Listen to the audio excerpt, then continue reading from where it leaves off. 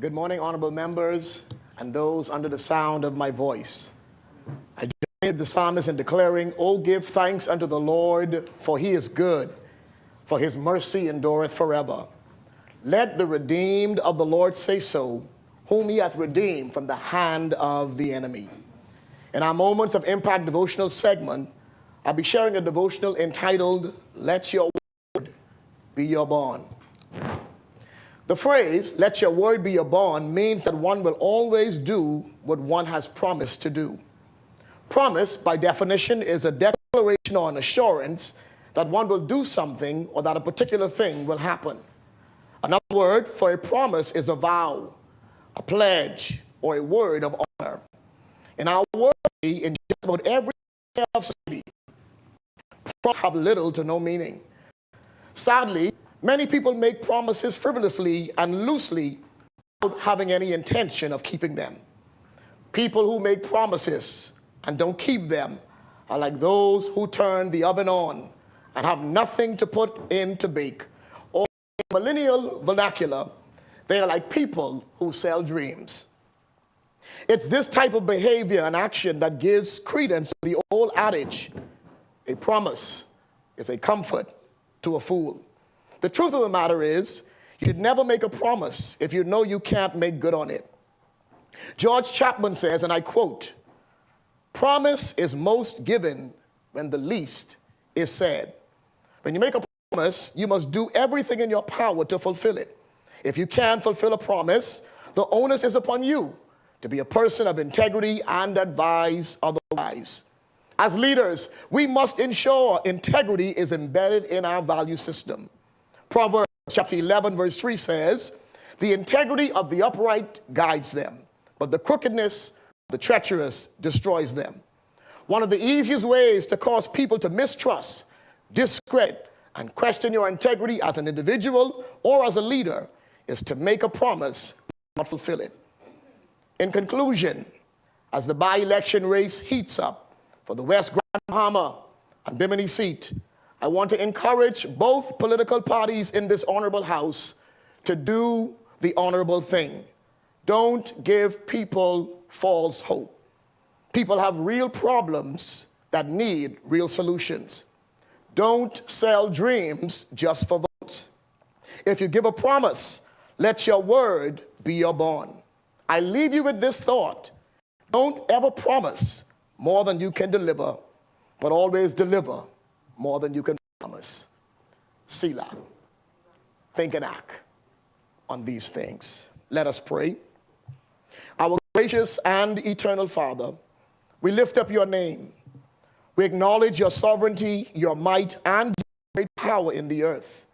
From the rising of the sun to the going down of the same, your name is worthy to be praised. We pray today, Lord, for our political leaders. We pray that they will be people of integrity and character. We pray that their word would be their bond and that they would not make empty promises. We pray, Lord, that you would continue to provide and protect our leaders, safeguard them from harm and danger and any plots from Satan. Give them strength to navigate through their responsibilities of this day. And as they have assembled into this honorable house to discuss and deliberate the people's affairs, grant them your wisdom. We ask, O God, that you would guide their thoughts and the words that come out of their mouth. O Lord, we humbly ask that you would continue to make your face to shine upon us and be gracious unto us as a nation. In Jesus' name we pray. Amen. Let us pray the Lord's Prayer. Our Father, who art in heaven, hallowed be thy name, thy kingdom come. Thy will be done on earth as it is in heaven. Give us this day our daily bread, and forgive us our trespasses, as we forgive those who trespass against us. And lead us not into temptation, but deliver us from evil. For thine is the kingdom, the power, and the glory, forever and ever. Amen.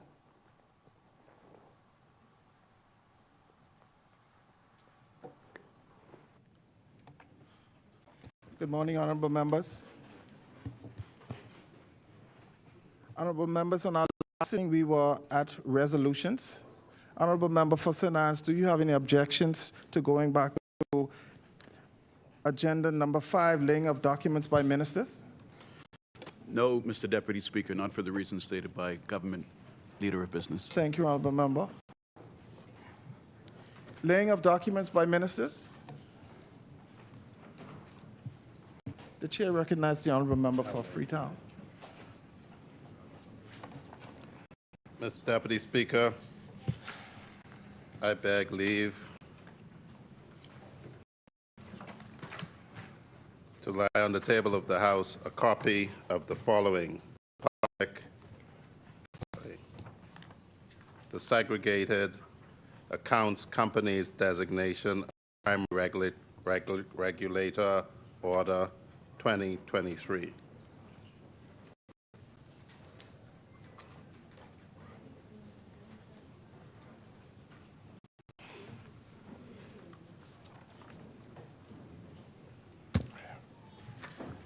Order that the document is brought up. Thank you. Order that the documents to lie on the table.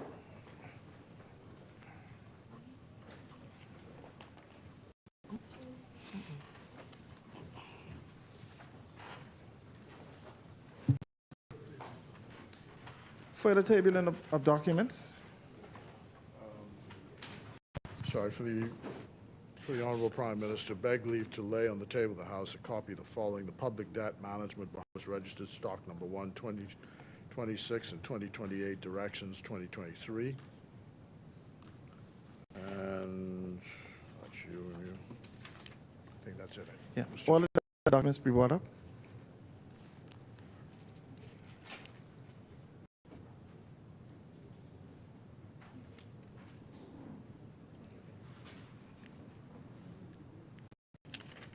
That's it.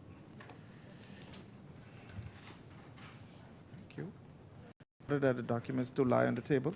Further table of documents by ministers. The chair recognizes the honorable member for Freetown. Mr. Deputy Speaker, I beg leave to lay on the table of this House a copy of the following Minimum Wage Act, Chapter 321B, Rectification Order 2023.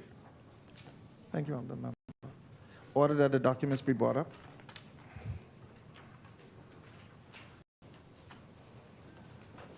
Order that the documents to lie on the table. For the tabling of documents by ministers. The No chair further, no further tabling of documents. Thank you, honorable member. Statements and communications by ministers.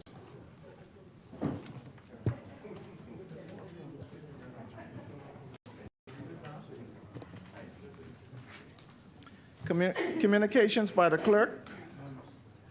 Messages from the Governor General. Messages from the Senate. Motions for leave of absence, leave to resign, seat, and new writs. Presentations or petitions. Presentations of reports of committees. First reading of bills. Second reading of bills. No second reading. Committee of the Whole.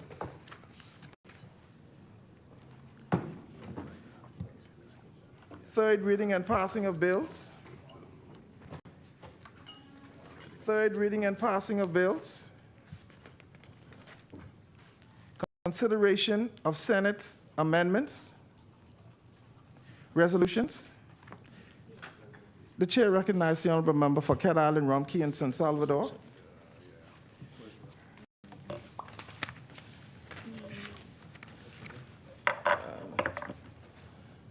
Deputy Speaker, I rise to move the adoption of the resolution, and if I may read the resolution. It is resolved that a humble address be presented to Her Excellency, the Governor General, thanking her for her most gracious speech at the opening of Parliament.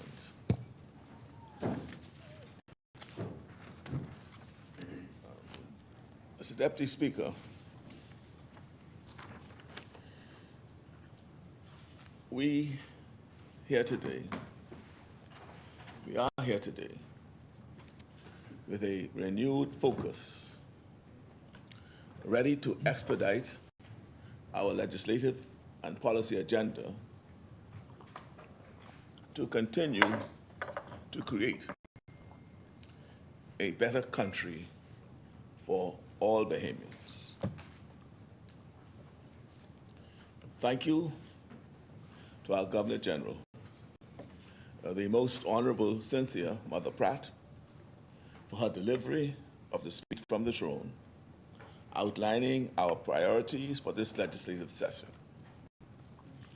She continues, Mr. Deputy Speaker, to be an inspiration to me and to our nation as an exemplary leader and stateswoman who has lived her life in the service of others and now continues to serve her people as Governor General. As I stand here today in this honorable house, I feel the absence of the Honorable Obadiah Wilshcombe. We are still a people in mourning after such an irreplaceable loss. This nation is better today because of the contributions made by our honorable colleague. We must now honor his legacy by ensuring that our conduct and our priorities continue to reflect what is in the best interest of the Bahamian people. That is what Obi is all about as leader of government business in this House. His contributions are now a part of the permanent record of this House with the passage of the resolution in his honor last week. Madam Speaker, Deputy Speaker, Obadiah Wilshcombe had a profound belief in preserving the dignity of the Bahamian people. That was evident in his approach to policy making and its implementation.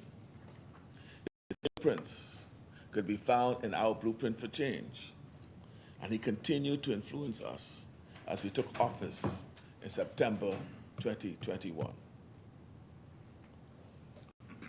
Mr. Deputy Speaker, just over 2 years ago, the PLP administration took office, facing a country that was in dire straits. Our national debt was at the highest levels in our nation's history. The debt to GDP ratio was over 100%. That means for every dollar our economy was producing, we owed another dollar plus to a creditor. Unemployment was at the highest level in our recorded history.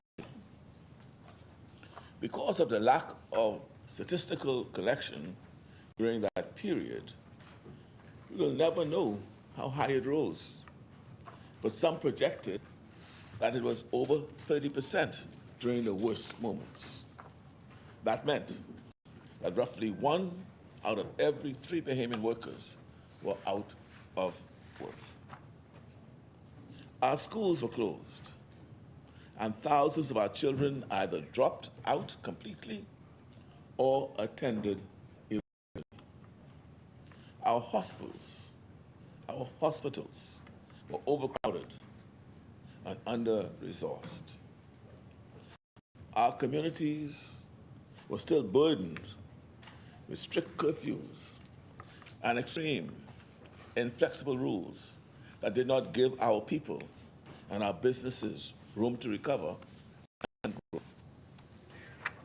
What I'm describing is a time of crisis, a time when our nation fell under the inadequate rule of one man whose dogmatic dictatorial approach to governing was not serving the interests of the Bahamian people. 2 years ago,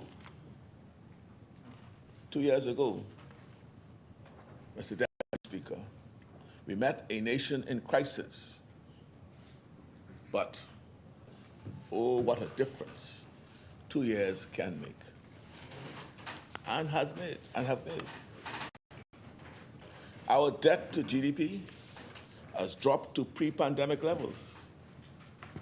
Unemployment is now at its lowest levels since 2008 and is still dropping.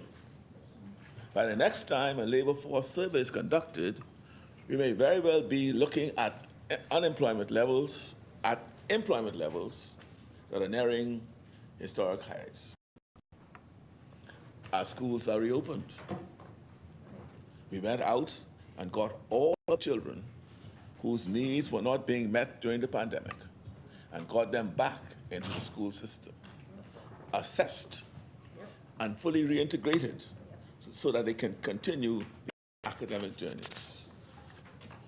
Tourism numbers are at record levels. Businesses are thriving, and we are experiencing economic growth once again. From day one, this administration made it clear that we were committed to delivering on the changes we promised, beginning with getting rid of the economy-killing, dictatorial, unfair, elitist policies that were stagnating our growth and getting the nation back on track. Mr. Deputy Speaker, while there was a certain expectation of a post-COVID rebound, the extent of the recovery was less certain. Reopening the economy quickly allowed us to take early advantage of pent-up tourism demand, which jump-started our economy. Yes, the pandemic was bound to eventually subside, but the quick decisions made in the moment made all the difference. Different approaches to governing would have yielded different results. They said that reopening the nation would spread the virus and hurt the economy in the long run because we would have to shut down completely again. We countered their fear-mongering with data-driven, science-backed policies that allowed us to reopen by administering free testing, free masks, investing in our clinics, and temporary COVID treatment facilities, and enforcing common sense rules in public settings. Left to the devices of the predecessors, the economy would not have rebounded as quickly or as quickly as it has. There are those who want you to believe that not only was the COVID-19 pandemic recovery boom, but they also would have you believe that we are experiencing now, what we are experiencing now is somehow a continued extension of that post-COVID boom. Every economic success we have moving forward will somehow be attributed to global external conditions. That's what they say. Every economic success we have moving forward will somehow be attributed to global external conditions, not the hard work and innovation of our government and our business community. It's not government here. It's the partnership that we've engendered with our business community. And I say this thought is insulting to the Bahamian people, Madam Speaker. Yes, it is. That the success is attributed to some global external conditions, discounting the hard work, innovation of government and the business community. It is insulting. No country in this region, Mr. Deputy Speaker, can lay claim to the tourism success we are seeing here. Maybe, and tell me if this sounds about right to you, but maybe, expanding flight capacity, bringing in new investments, Yep, that sounds right. finishing the cruise port, refurbishing our family island airports, and strategically promoting our nation on the world stage has a lot to do with the success we are seeing.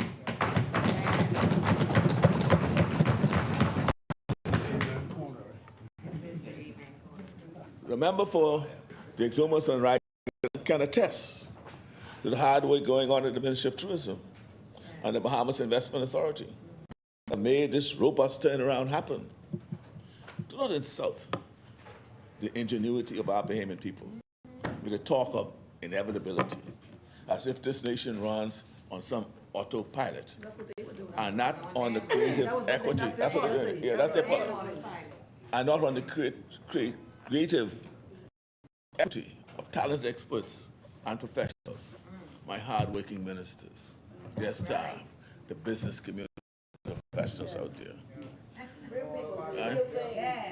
International agencies recognize this fact. International agencies recognize this fact. World Bank data indicates that our economy grew by 14.4% last year, which is far above the regional average. You don't get above average results by running on autopilot. You don't do that. While the World Bank acknowledges that many countries have returned to pre-pandemic employment levels in the region, we have gone a step further. We have returned to the lowest levels since the 2008 global recession. Once again, going above and beyond the average.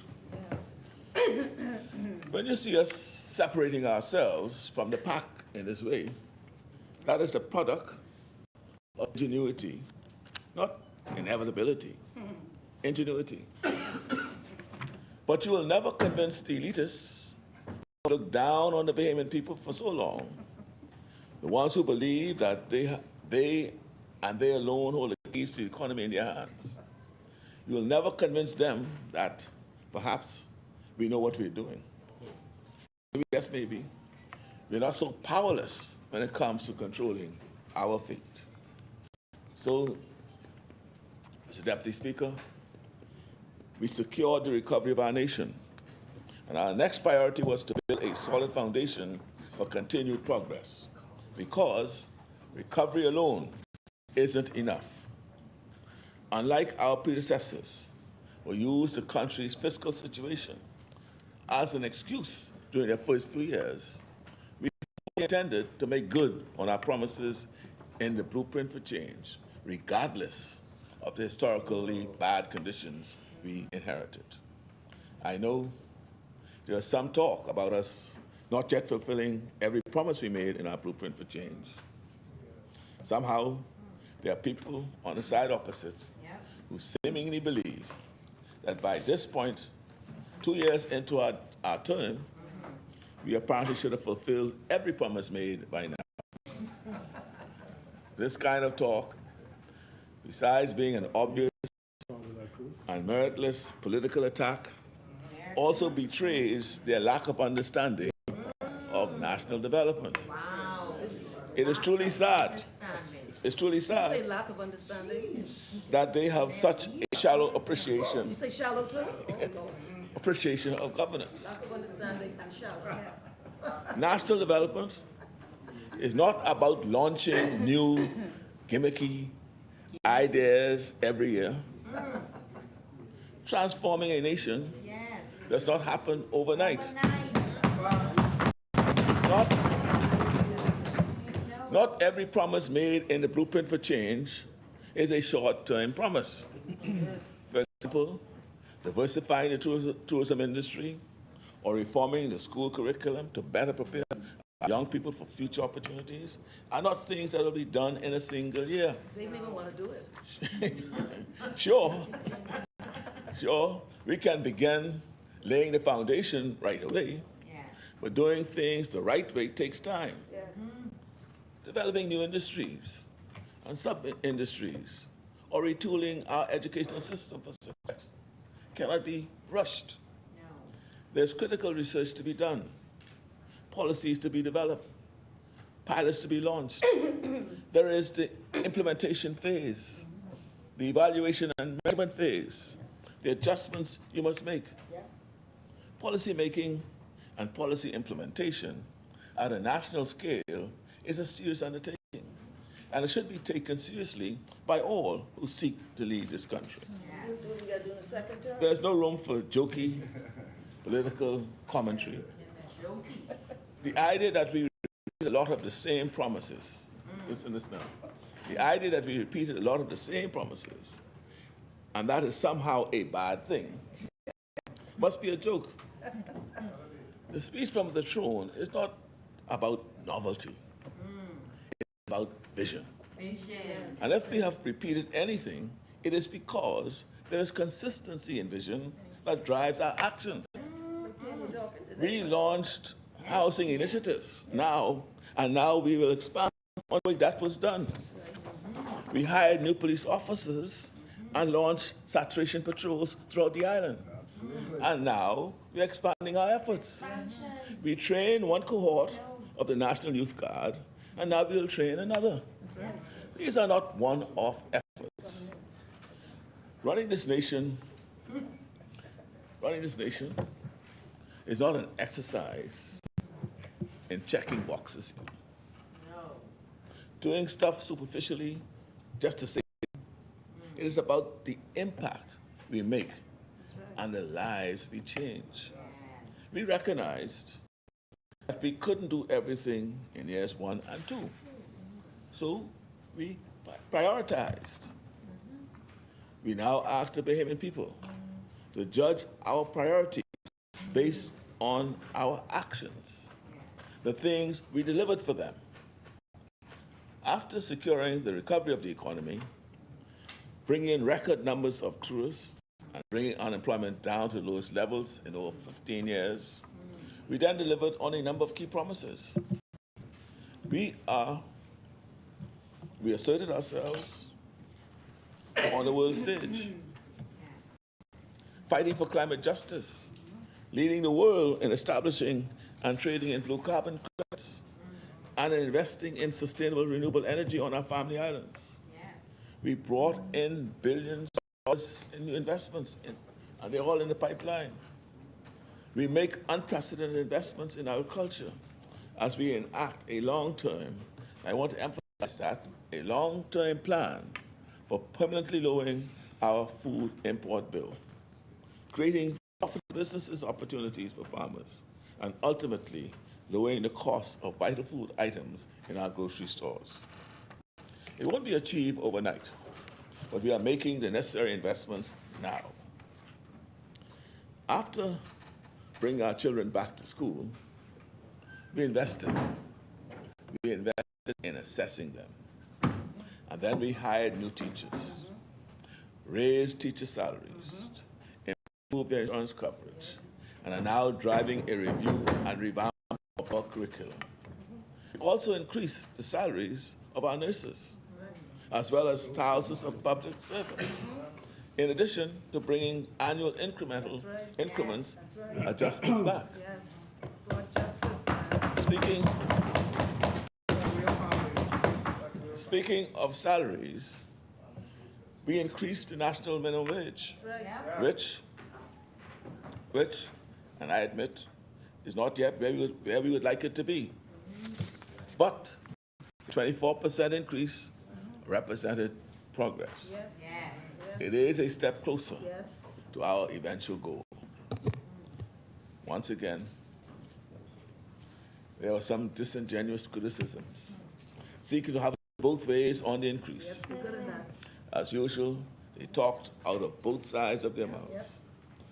On the one hand, saying that increasing the minimum wage would hurt the economy and the job market. On the other hand, when the minimum wage was increased, when we increased it, they said it wasn't high enough. Trying to connect with that group. Now we agree with that now. We agree, but we'll get there. We made some progress. So Now, if you look at those two, I call it talk, gimmicky talk.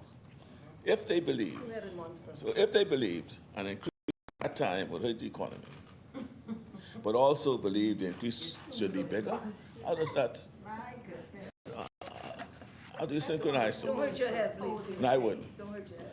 While they play political games, we took action to ensure that Bahamians had more money in their pockets, a step in the right direction that will be revisited at an appropriate time.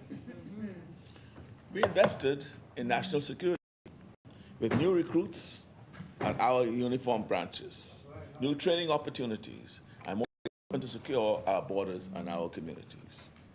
Affordable housing, solarization of family islands, new family island airports and clinics, and new sporting facilities were all accomplished during our first 2 years.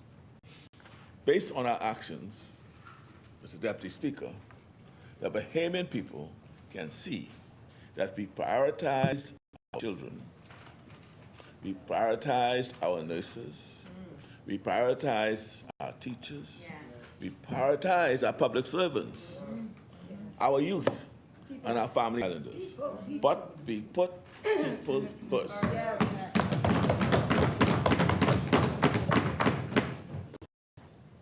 So, with the economy fully recovered and a foundation for success established, this fiscal year, our focus on 3 pillars of national development: personal security, economic security, and national security.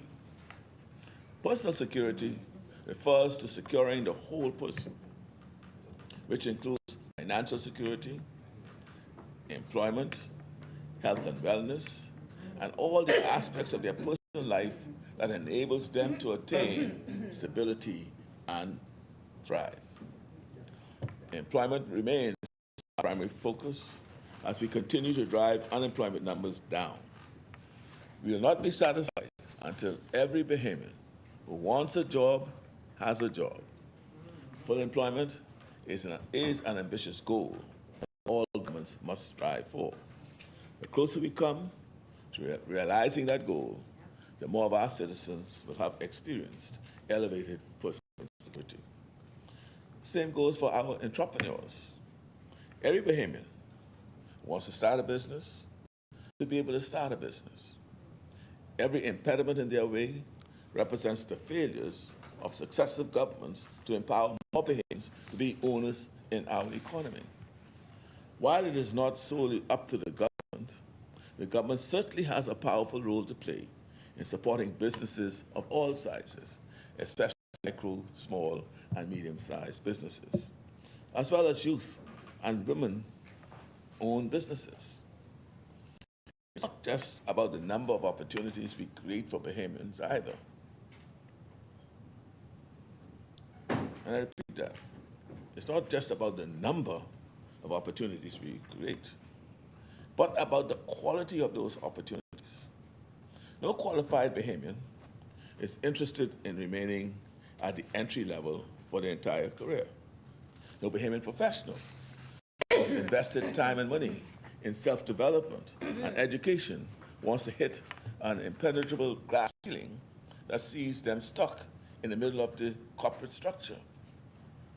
Our people deserves pathways to unimpeded career growth based on their qualifications, experience, and performance.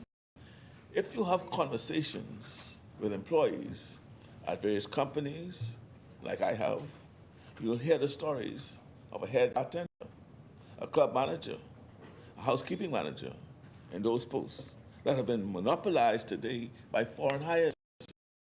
We are not talking about unique skill sets here. Who are currently qualified for these posts, and preparations should be made for them to step into these roles. But even in the case of specialized and high skills roles, with few exceptions, there should be Bahamians identified and trained to fill those roles too. This is not up to the discretion of the employer. This is a matter of policy.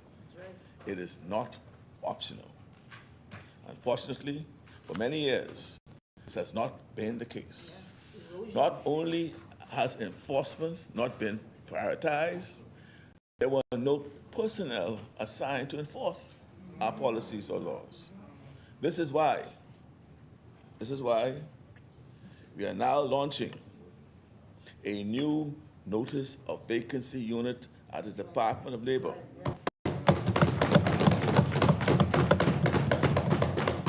Which will ensure that the law and policy are enforced. Yes. Our people rely on their government to protect them.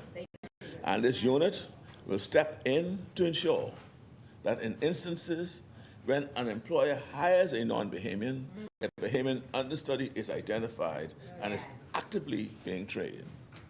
Eventually, in accordance with that training plan, the Bahamian will be elevated to that role, eliminating the need to fill the role of a non-Bahamian. This will be the biggest step taken to protect Bahamian workers since the introduction of Bahamianization. It was a PLP government that fought for the interests of Bahamian professionals back then, and guess what? Unsurprisingly, it's the PLP government that stepped up to protect our people once again. Madam Speaker, we recognize the important role tourism plays as #1 industry. And there's a need to continue to improve our tourism product. The Downtown Management Authority will oversee the revitalization of downtown Nassau to keep the momentum going as we demolish abandoned and derelict buildings.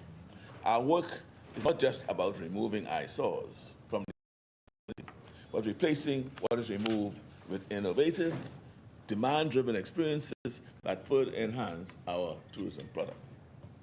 As we improve Bay Street and downtown Nassau experience, we are making an unprecedented investment in airports throughout the country through the Family Island Airport Renaissance Project, which is slated to modernize airports on Abaco, Andros, Cat Island, Eleuthera, Exuma, Long Island, and San Salvador. When the process is done, our Family Islands will have world-class airports that reflect the strength of our tourism product. Madam Speaker, in just a few days, we'll be celebrating National Public Service Week to honor and recognize our public servants. But we didn't wait until Public Service Week to take action on behalf of our public servants. After negotiating 23 labor agreements, I think it's 24, we just signed them yesterday. Yes. Right? Increasing salaries and improving benefits across the board and clearing the back pay and promotions backlog, we are now in the process of rolling out the first public service-wide promotional exercise in over 8 years. This exercise is to ensure that all who qualified for promotions in the past 8 years receive promotions that they earned. Many of our public servants have been performing duties higher than their current titles for years. Some waited over a decade for their promotion, and now they are finally receiving the promotion they deserve. Excellent. In education, we are now assessing and developing learning plans for the thousands of children who fell through the cracks during the pandemic. As we address their learning needs, we understand that there are other needs that must also be addressed. That is why we launched the National School Breakfast Program pilot scheme, which is expected to supplement their nutritional needs and improve attendance and learning outcomes. This program is a pilot, which means that when we assess its operations in a few weeks or months, we'll make the necessary tweaks and logistical adjustments as we prepare to develop a model that we can scale up to cover the entire nation. Once again, this is how strategic development is done. And yes, you'll hear about this program in our next budget and the budget after that, because this is intended to be a permanent program that will impact the lives of our children for years to come. We are preparing the next generation for opportunities. within the orange-blue economies, as we introduce the National Maritime Instruction and Training Bill and complete the necessary preparations for the first ever National School for Creative and Performing Arts. Our investments in our young people don't. The National Apprenticeship Bill is also being drafted for the anticipated launch of the National Apprenticeship Program in the near future. The National Youth Commission Bill and National Services Bill will also be rolled out during this legislative. As we provide opportunities for growth, development, and enrichment for our young people, we cannot talk, Mr. Deputy Speaker, about personal security without talking about health in this nation. Sadly, many Bahamians do not feel secure about the state of our healthcare system. Reliable access to quality, affordable healthcare is out of reach for many of our people. Preliminary work is being done to build a specialty hospital in New Providence and a new hospital in Grand Bahama. I am sure this is welcome news to those who rely on our public hospitals for their healthcare needs. While the preparatory phase for the new hospital is time intensive, I can assure the Bahamian people that when the work begins, it will be expedited to ensure that both facilities are completed in a timely manner. As we prepare for major construction projects to be initiated for both hospitals, we are investing heavily in clinics throughout our family islands to improve healthcare throughout our nation.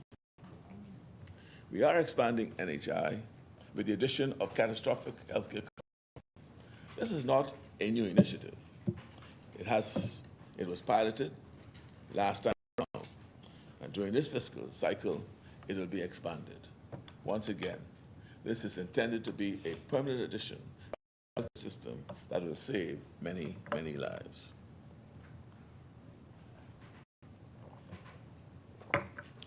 During this current legislative session, you can also expect to see amendments made to improve the STEM Act and laws introduced to improve care and protection of older persons. Mr. Deputy Speaker, whether we are discussing employment, entrepreneurship, education, youth empowerment, or healthcare, this administration is focused on improving personal security for all Bahamians. We are equally focused on economic security. During this legislative session, you can expect to see a slate of bills to lay the foundation for the new Bahamian economy. The new Registrar General Bill will pave the way for a modern registrar with greater online accessibility. The Consumer Protection Bill will protect the Bahamian public from misleading and dishonest business practices, allow for formal complaints to be made by consumers, and strengthen our existing laws to account for 21st century developments such as e-commerce activities. The new Economic Empowerment Zone legislation will outline the incentives and concessions available in specific geographical areas in the Bahamas. This is a critical step that enterprising nations take to ensure that opportunities are mapped out and investments are made strategically. This was a key promise made in our Blueprint for Change as we plan to deliver major investment reforms.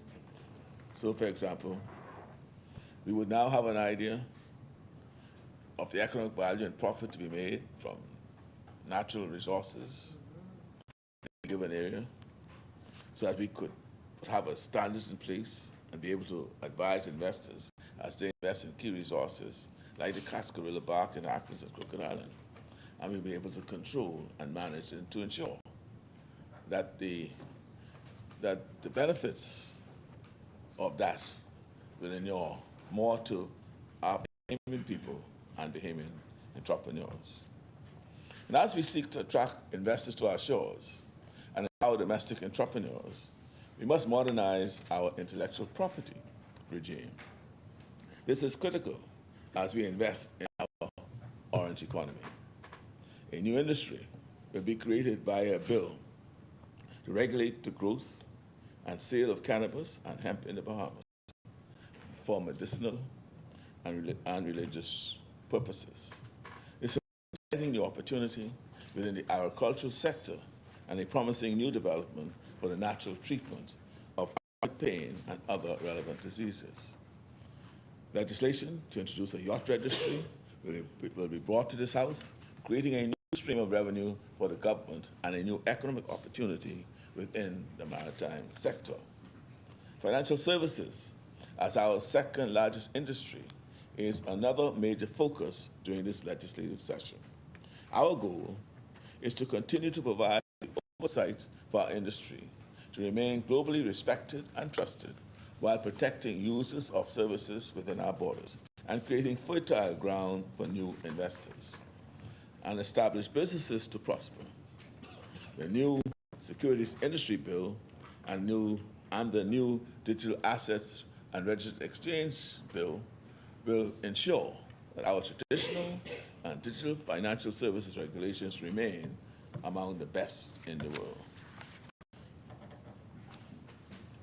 Mr. Deputy Speaker, the Bahamas' high cost of living has placed a strain on families and businesses for decades.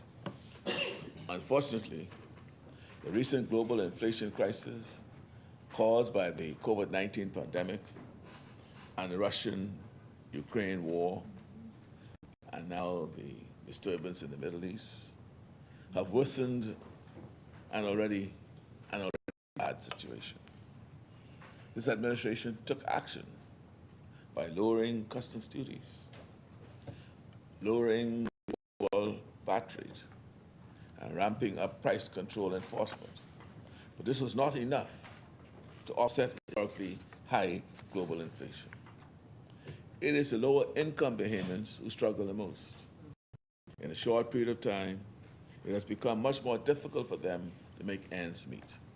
While we cannot put an end to global inflation, we can take action domestically in the areas where it is possible to make a difference.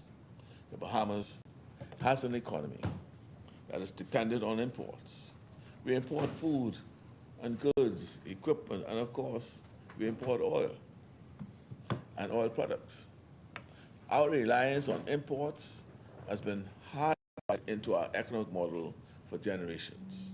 While people all around the world are paying higher costs as a result of the inflation crisis, the prices we pay here in the Bahamas due to our import, like economic model, can be too exorbitant.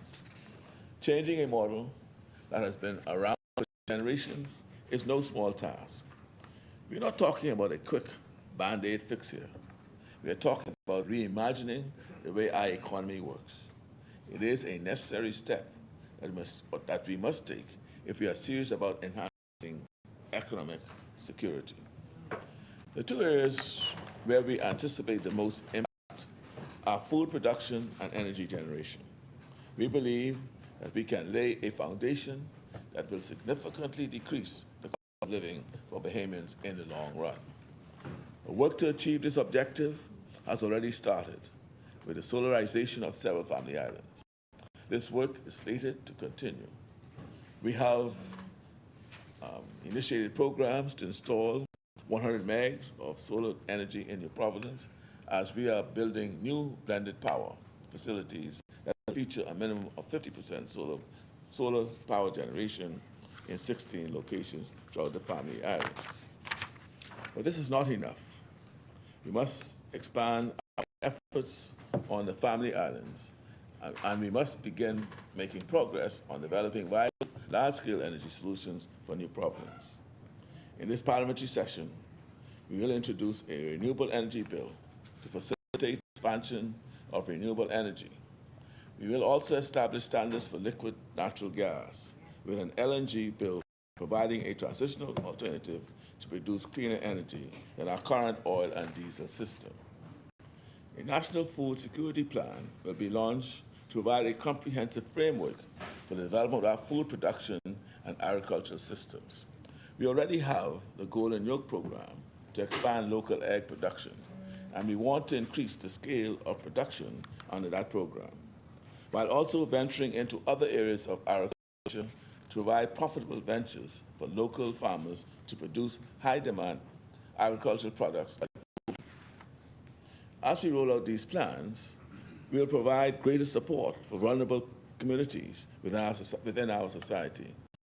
Amendments for greater coverage under the National Insurance Act and National Insurance Chronic Diseases Prescription Drug Act. The Urban Renewal Authority Bill will enhance the work done in our communities by urban renewal, and persons with disabilities will see an increase in benefits, as well as a new facility to assist persons with disabilities as they leave school and transition into adulthood. Other areas of progress we can expect to see includes free access to internet in all low-income communities, greater assistance for seniors and other eligible people to cover food, electricity, and water costs, and the construction of 180 new affordable homes to expand access to home ownership. We will begin making progress on hundreds more homes in Abaco and Grand Bahama, where many people need housing 4 years after Dorian. This will include the launch of the rent-to-own initiative, which will further expand access to qualified people who demonstrate the ability to pay but may not have been approved under more rigid standards for a mortgage. This is real change we are talking about, Mr. Deputy Speaker. Transforming this nation was always going to take more than 2 years. It will take more than 5 years, but it is clear that we are taking the nation in the right direction. We must ensure that we are protecting our nation for years to come. That's why, during this session of Parliament, we will introduce a National Forest Bill, new mining regulations, a Mining Act, the Bahamas Wildlife Enforcement Network Bill, amendments to the Environmental Planning and Protection, and legislation to address land registrations and disputes, and legislation particularly to revamp our land law. All of this will be encapsulated in a strategic national development plan, developed to pave the way for our next 50 years as a nation. You will note, Mr. Deputy Speaker, the emphasis we have placed on our family islands when it comes to agriculture, airports, clinics, housing, investments, and many other areas of development. The new local government bill will make local government in the family islands more effective. Our local government efforts will be empowered by the Family Island Infrastructure Fund to invest in critical family island infrastructure.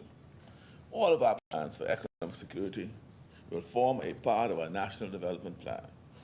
We will be introducing a Bahamas National Development Plan bill during this session as well. 50 years from now, this plan will be credited with providing the roadmap for a prosperous future. See how it all comes together, Mr. Deputy Speaker? Our legislative agenda, programs, and initiatives all form one cohesive plan to move the nation forward. That cohesion is what I'm referring to when I talk about strategic national development. Not a collection of ideas developed for political mileage, but a plan crafted carefully with the objective of building a better economic future for every Bahamian. The third pillar that we are focused on is national security. No nation can make progress toward achieving developed nation status without securing its borders, combating crime, and preserving the safety of its people. The point of a national development plan, when you are developing a nation, is that you will continue developing until the point that you're considered developed. That is why we need a long-term national development plan. The side opposite never seems to prioritize these things. But we understand how essential these plans are to our nation. National security must continue to serve as a major focus of our efforts.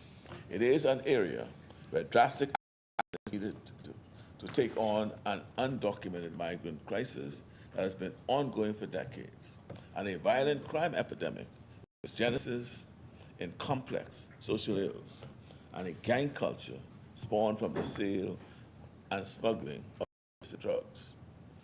During this legislative session, we will introduce amendments to the Defense Force Act, and we will introduce a Royal Bahamas Defense Force Cadets Bill to allow the Rangers to become an official youth arm of the Defense Force. The Act will be amended to reflect our current immigration realities, and regulations will be introduced to govern the operation of the detention center in accordance with international best practices. To aid the fight against crime, we will introduce a slate of new bills, including the National Security Council Bill, the National Intelligence Bill, and the Conditional Release of Offenders Bill. Also introduce anti-gang legislation and amendments to the Firearms Act to require safety training for every licensed holder. New legislation will be introduced for cyber crimes, and a new Data Protection Bill Act will be introduced. These new laws will support the actions we are already taking to secure our borders, our communities, and our streets.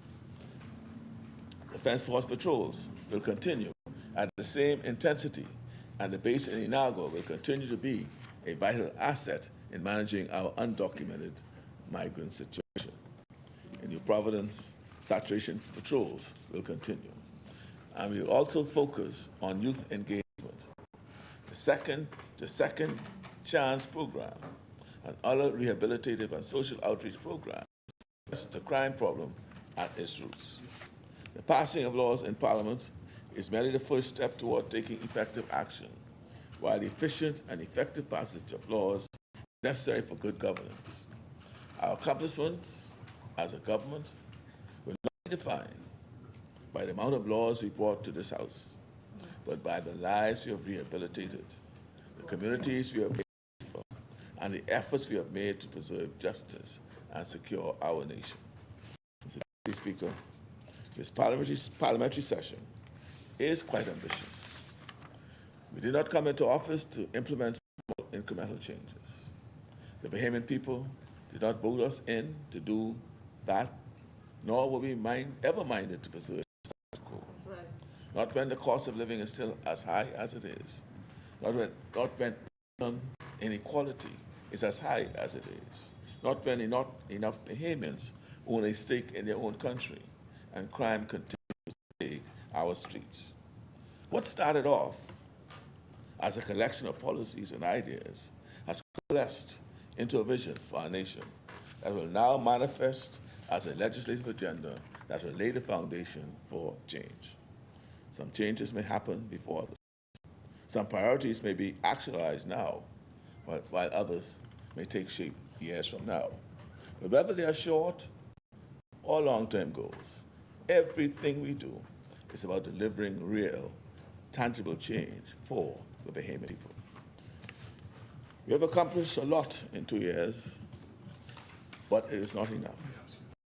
When families are still struggling, our boys and girls are underperforming in our schools, and our public health systems are far from where they need to be. 2 years wasn't enough. It's enough to account for years of needed reforms, modernization, and progressive change across many areas of government and society. Over the next 3 years, we will continue to build on the progress we have made with full assurance that the Bahamas we will have at the end of our term will be a far more prosperous, healthy, and secure nation compared to the Bahamas that we met in September 2021. Thank you. September 2021. 2031 was prosperous. I also continue to rest on. Thank you, Honorable Member. Is there a seconder?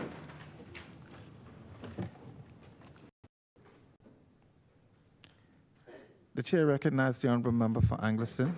Thank you very much, Mr. Deputy. Thank you very much. Mr. Deputy Speaker, I am incredibly proud and privileged to stand on behalf of the people of Angleston. It's been many years now, Mr. Deputy, and I can tell you that even as recent as last night, we had an event on the park, and the interactions with the people of that community, the diversity, the rich character that is manifested in the different manifestations, including the children. There were a lot of children playing basketball on the park. And it caused me to reflect last night and this morning on just the incredible beauty of the community, their resilience, their loyalty, their durability, their humor in the face of difficult times. And so I want to say that for me, it is an incredible honor and a privilege to represent these fine people. And, you know, I was thinking, you know, I think the member for Marco City likes to talk about how we get arrogant in politics. I don't know who he's referring to, but I can tell you, when people give their loyalty and support to you, that is a humbling experience of the highest order. And I look, and when I see the people who I represent and the challenges they face and their triumphs, their challenge, their sadness, I feel just a sense of tremendous humility.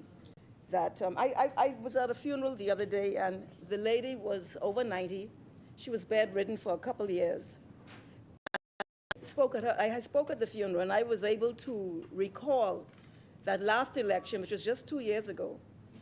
She came in a wheelchair. She was a very strong supporter, over 90, bedridden, and came in a wheelchair. And it's not because she had nothing to do or because she thought that she could go for her club. It's because of her understanding of the meaning of the organization to the bigger picture of our people. And so, you know, at that funeral, the only thing I could say is, how can I say thanks? How can I? It's just an amazing, this political experience is just an amazing one that really gives you an insight that nothing else can. And mostly because people have entrusted us with their future and their fate. I want to also remember, I'm wearing a badge today, one of my generals, Stefan Ambrista from Charles Vincent Street. And, you know, he knew the streets very well. And in his early days, and he went through a great reformation. And he was quite a gentleman, I call him like a gentle giant, this tall, handsome young man. And he died recently. And, you know, it's an incredible loss to our team, to the community. He was a leader in the community. And I want to extend heartfelt condolences to his family, to his mother, his daughter, his siblings, and his extended family. We love and appreciate him. I am grateful for his support and his loyalty over the many years that I have been privileged to represent the people of Engliston. And of course, the Prime Minister reminded us that we have here, on the end here, the memorial for our beloved brother who has left us, and he is truly missed in this Parliament and outside of this House. And I just came up again in honor. And I want to, we heard the Prime Minister's speech, and he gave a complete overview of the agenda and the speech from the throne. And he spoke about the fact that what we're engaged in is not a bunch of ad hoc things, just bringing laws here, but a comprehensive vision about how the people of this nation will advance and go forward. I'm going to speak about education very shortly, because that is a fundamental tenet of how our people progress, what the future that we will manifest as a people depends greatly. And I almost want to say, I can't say solely, because there are other factors like the home and the church and other influences. But what happens in the schools is critical to how this nation will look, the profile we have to the world and to ourselves, what we look like in the mirror. And so I will speak about that shortly, but I wanted to thank the Governor General, Her Excellency Cynthia Pratt, for her First of all, her appointment to the highest office in this land, and she always says from the pit to the palace. And if anyone knows her story, it is probably one of the most amazing stories of the possibility for a person. She comes from a huge family, and she came from abject poverty. Her parents worked in the straw market, and she talks about how she could see outside through the, not a window, but through the holes in the house, in a room. But her talent, her ability, her gifts made way for her, and she has just been an extraordinary manifestation in this country in every respect, in education, in healthcare, in sports. She represented the Bahamas all over the world.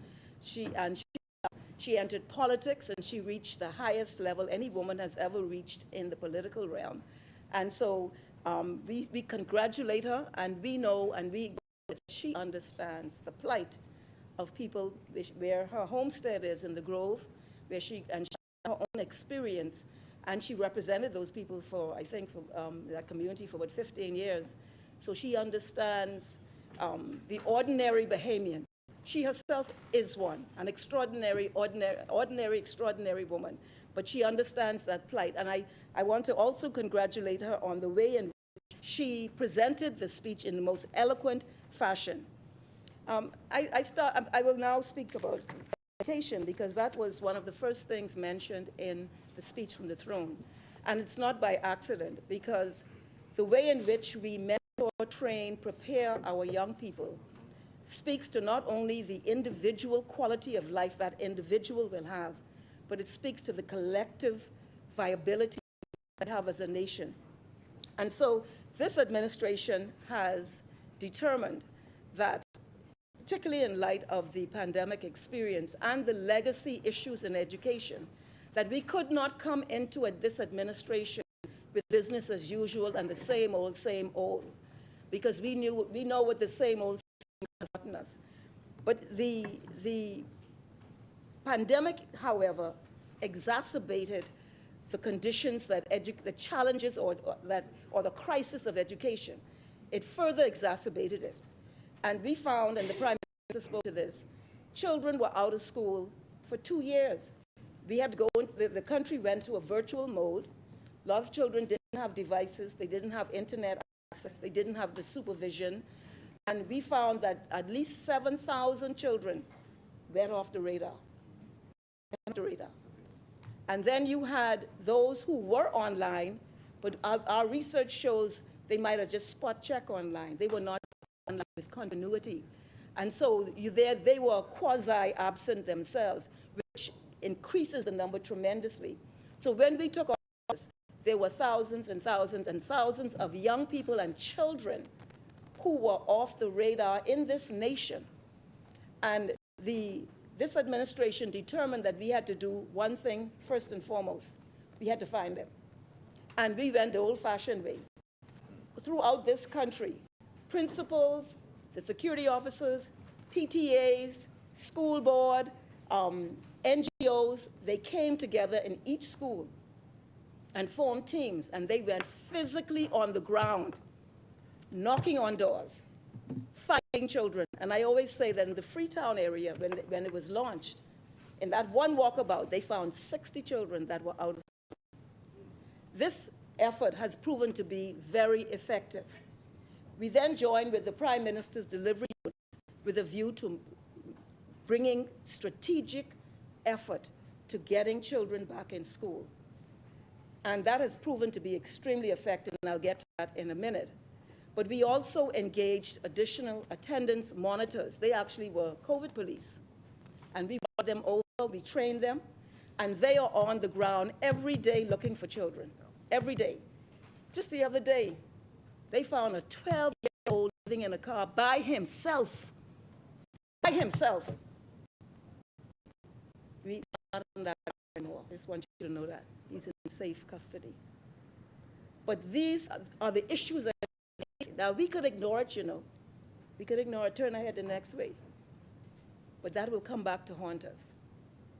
And further should haunt us anyhow, because a child should not fall by the wayside. The one person protected in this life should be the children of this nation. And so we went out there, and I am told this is a qualified assessment for September this month, last month.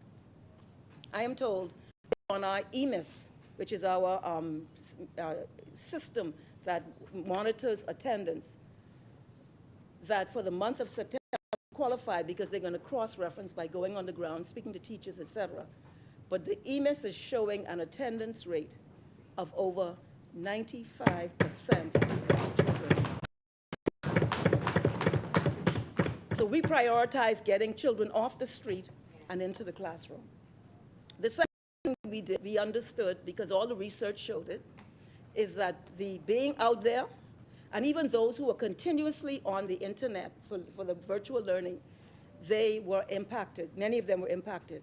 We learned through the research globally that learning loss is a phenomenon that's affected many children. Now, bear in mind, many children have fallen between the cracks long before the COVID-19. But the learning loss impact that is the result of being totally absent from school is a different phenomenon. And so, as the Prime Minister indicated, we undertook to do testing universally, every school, pre-primary, all the way to grade 12. And we tested children to ascertain where they are and where they should be. And in fact, there were 3 rounds of testing thus far. And I just want to share with you what some of our data is showing. The original data from the testing showed that 44% of the children tested needed intervention. That's just under half, in either literacy, numeracy, or both. And so then we continued the testing, and then we did remedial action, testing, remedial action. We found that for all the students, and one of the strategies we deployed is that we, in grades 1, 2, and 3, the first term is literacy and numeracy. This is a new strategy where we're not mixing it up with different diversions, that we're focusing on language arts and mathematics, and that is what took place. Try initially. No, 44% of that total need intervention. That's the crisis, the 44%. No, every child. Every child. No, universal testing. The testing is universal, every child. It's not spot checking or sample checking. Because we're individualizing this. We don't want just a statistic to understand what's going on. We want to know that too. We want every single child is of interest to the ministry. And we want to know what is the status of that child and how can we help that child to attain where the child needs to be. And so we looked at, so what we did, we have a number of strategies. Let me just give you an idea of what we are doing, what we have been doing. As I said, we looked at the first, second, and third grade. The first term right now, so we're still in the first term, midterm, but they are singularly focusing literacy and numeracy, all children, building strong foundational skills. And then we also deployed a number of other strategies. 55 schools conduct small group pull-out and self-contained programs. And we do this because where children may be challenged, you don't want to hold back the entire class, but you want to make sure that child has an individualized attention. And so we do pull-out groups, and 55 schools are doing that as we speak. And the instruction is tailored to their specific learning needs. We are individually catering to children. 21 schools engage students in the after-school enrichment program, which is an after-school program. We also have strategic partnerships with Rotary, Christ Community Church, Grace Community Church, and others who provide individualized academic support. And I'm meeting with the Literacy Association tomorrow, along with Rotary, to see how they can partner with us to assist us. And digital learning and reading solutions are being employed at the high school level, utilizing near-pod interactive plans recommended by Renaissance. And we're monitoring the progress. and measuring the progress and tracking the progress so that we're able to ensure that what we're doing.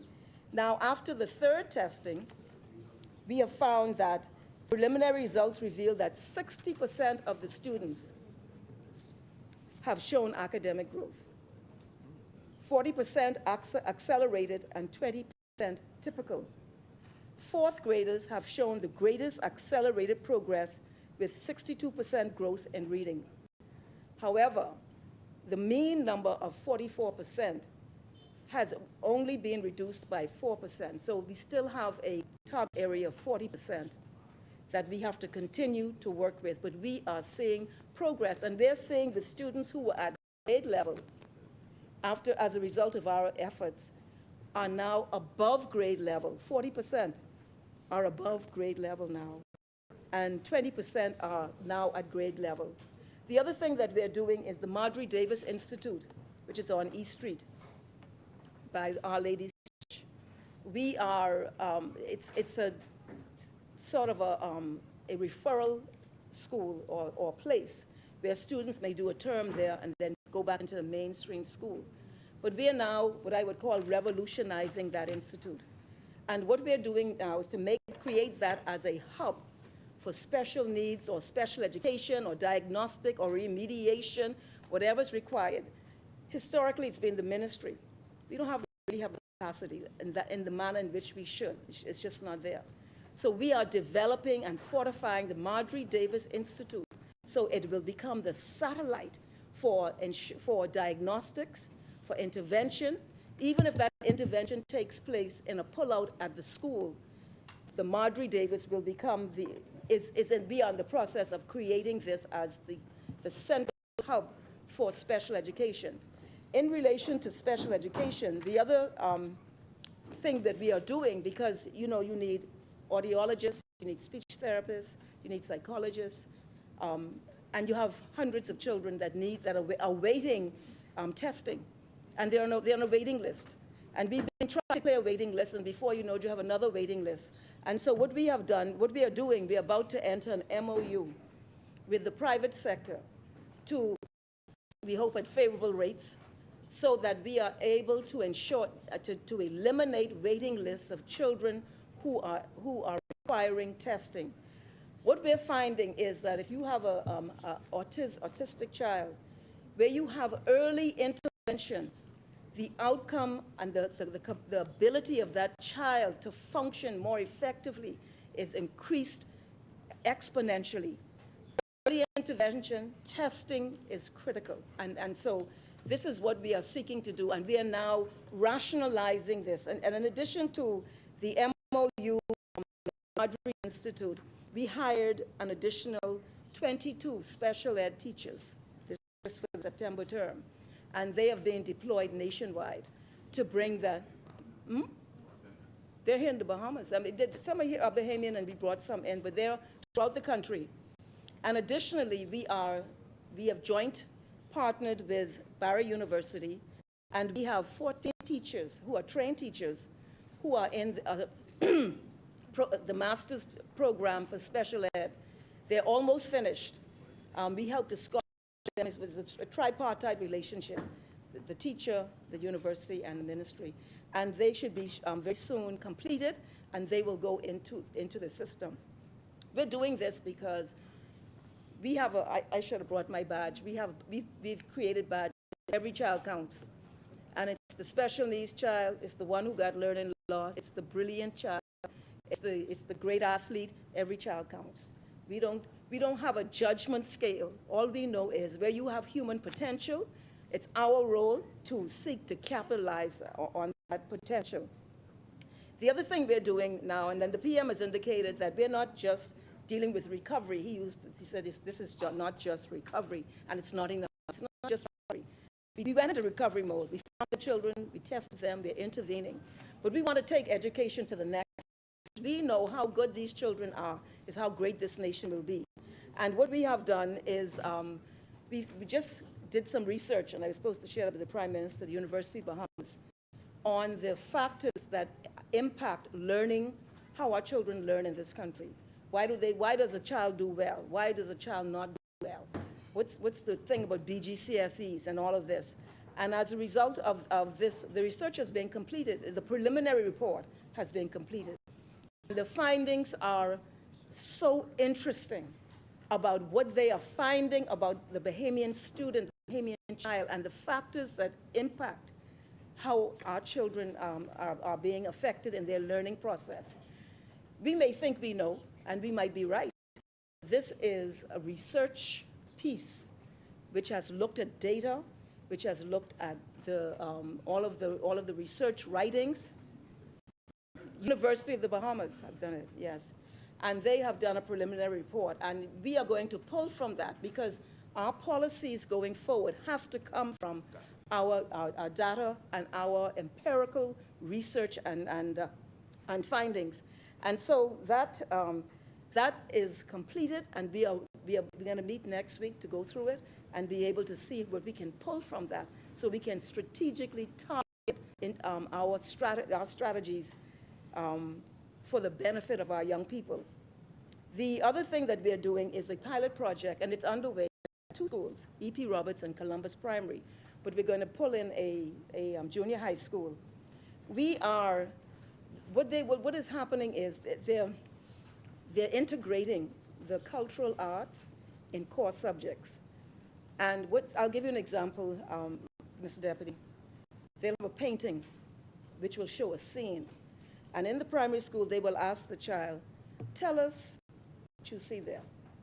What is happening is you are invoking language skills, you're invoking critical thinking, you're invoking dialogue, and we are finding, and the director told me, she just went last week, it is proving to be so impactful in developing language skills and numeracy skills.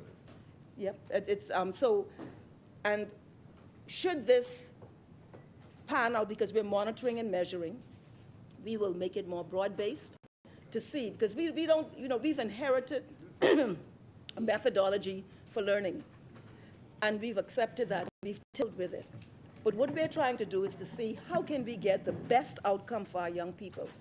What strategies can we deploy creatively to see how we can bring alive, stimulate the huge potential of our young people. Thank you. Thank you. Okay, thanks. The other thing that we're doing, and this is something that some of our private schools did, but do, and we find it's very effective in the Bahamas for the Bahamian child. It's what we call experiential learning. And as a result of that, the schools have now implemented more field trips so that they can touch, feel, see, and make in more concrete, visualize more in a more concrete way what it is they're learning. So you go to, you're doing an environmental issue, you go to a pond or a lake, or you go to a museum, you're talking history, whatever it is, so that it's made more proving, I am told, to be very effective strategies. The other thing that we are doing, and I've talked about this a lot, but it's a study in mathematics. I'm told, we had an RFP, we had a committee, I'm told we're just about there. We're going launching a math study of our students to see what strategies can be deployed to cause our children to do mathematics more effectively or excel in mathematics. That is about that. The other thing is, what's my time like? Hmm? You're right. And then, of course, we have TVET. I know he's the leader.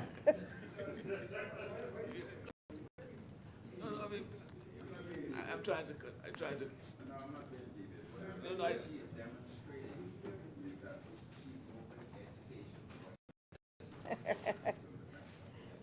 the other thing we're doing is technical and vocational. And CTE, career and technical education. We've talked about this a lot. The ministry in this administration's name has changed. It's the Ministry of Education and Technical and Vocational Training. And so we have brought singular focus, and we have introduced in the primary school what we call a cluster program. And the cluster program in grade 7, the students are exposed to a 4-week modular session. And they're introduced to recycling, small home wiring, carpentry, plumbing, and small engine repair. So it's just to stimulate interest in them, nothing heavy. Then in grade 8, they have access to 2 precision exam certifications. And the programs offered go into greater detail. So instead of 1 month or 1 module, it's in the entire semester, so they go a little deeper into it. And then in grade 9, you go for the entire year. And by the time you finish junior high, not senior high, you will gain access to 3 certifications. So that has been, we've introduced it at an earlier stage to stimulate interest, and then as you get into high school, you go deeper into it.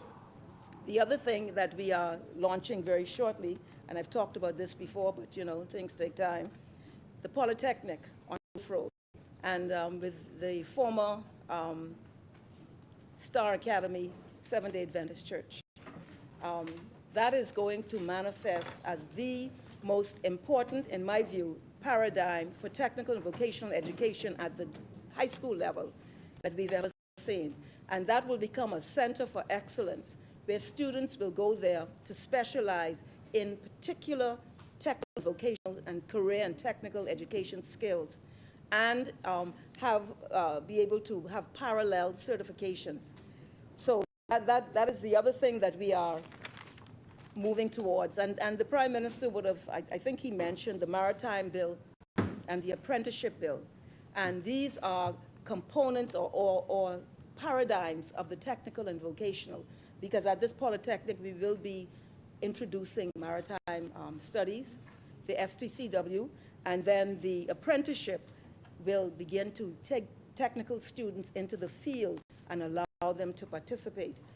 I was at a function the other day. The member for Elizabeth had a BPL, these apprentices, and I mean, I was impressed incredibly. These young people are so bright. It was competitive, and it was refined to the creme de la creme of these young people. And they had a few women there also. And it was really, it tells you, and you know, when we spoke to them, we told them to re-envision our energy company and to go there and put their talents and abilities into our energy company, which has, no matter how much we criticize, has served us so well over the generations. And so it's a little challenge right now, but hopefully we can get beyond this. The other thing, the Prime Minister spoke about the Tertiary Institute for Performing Arts. That's coming. And then when we talk about literacy, we're talking about language arts and numeracy, but we're also talking about coding and financial literacy.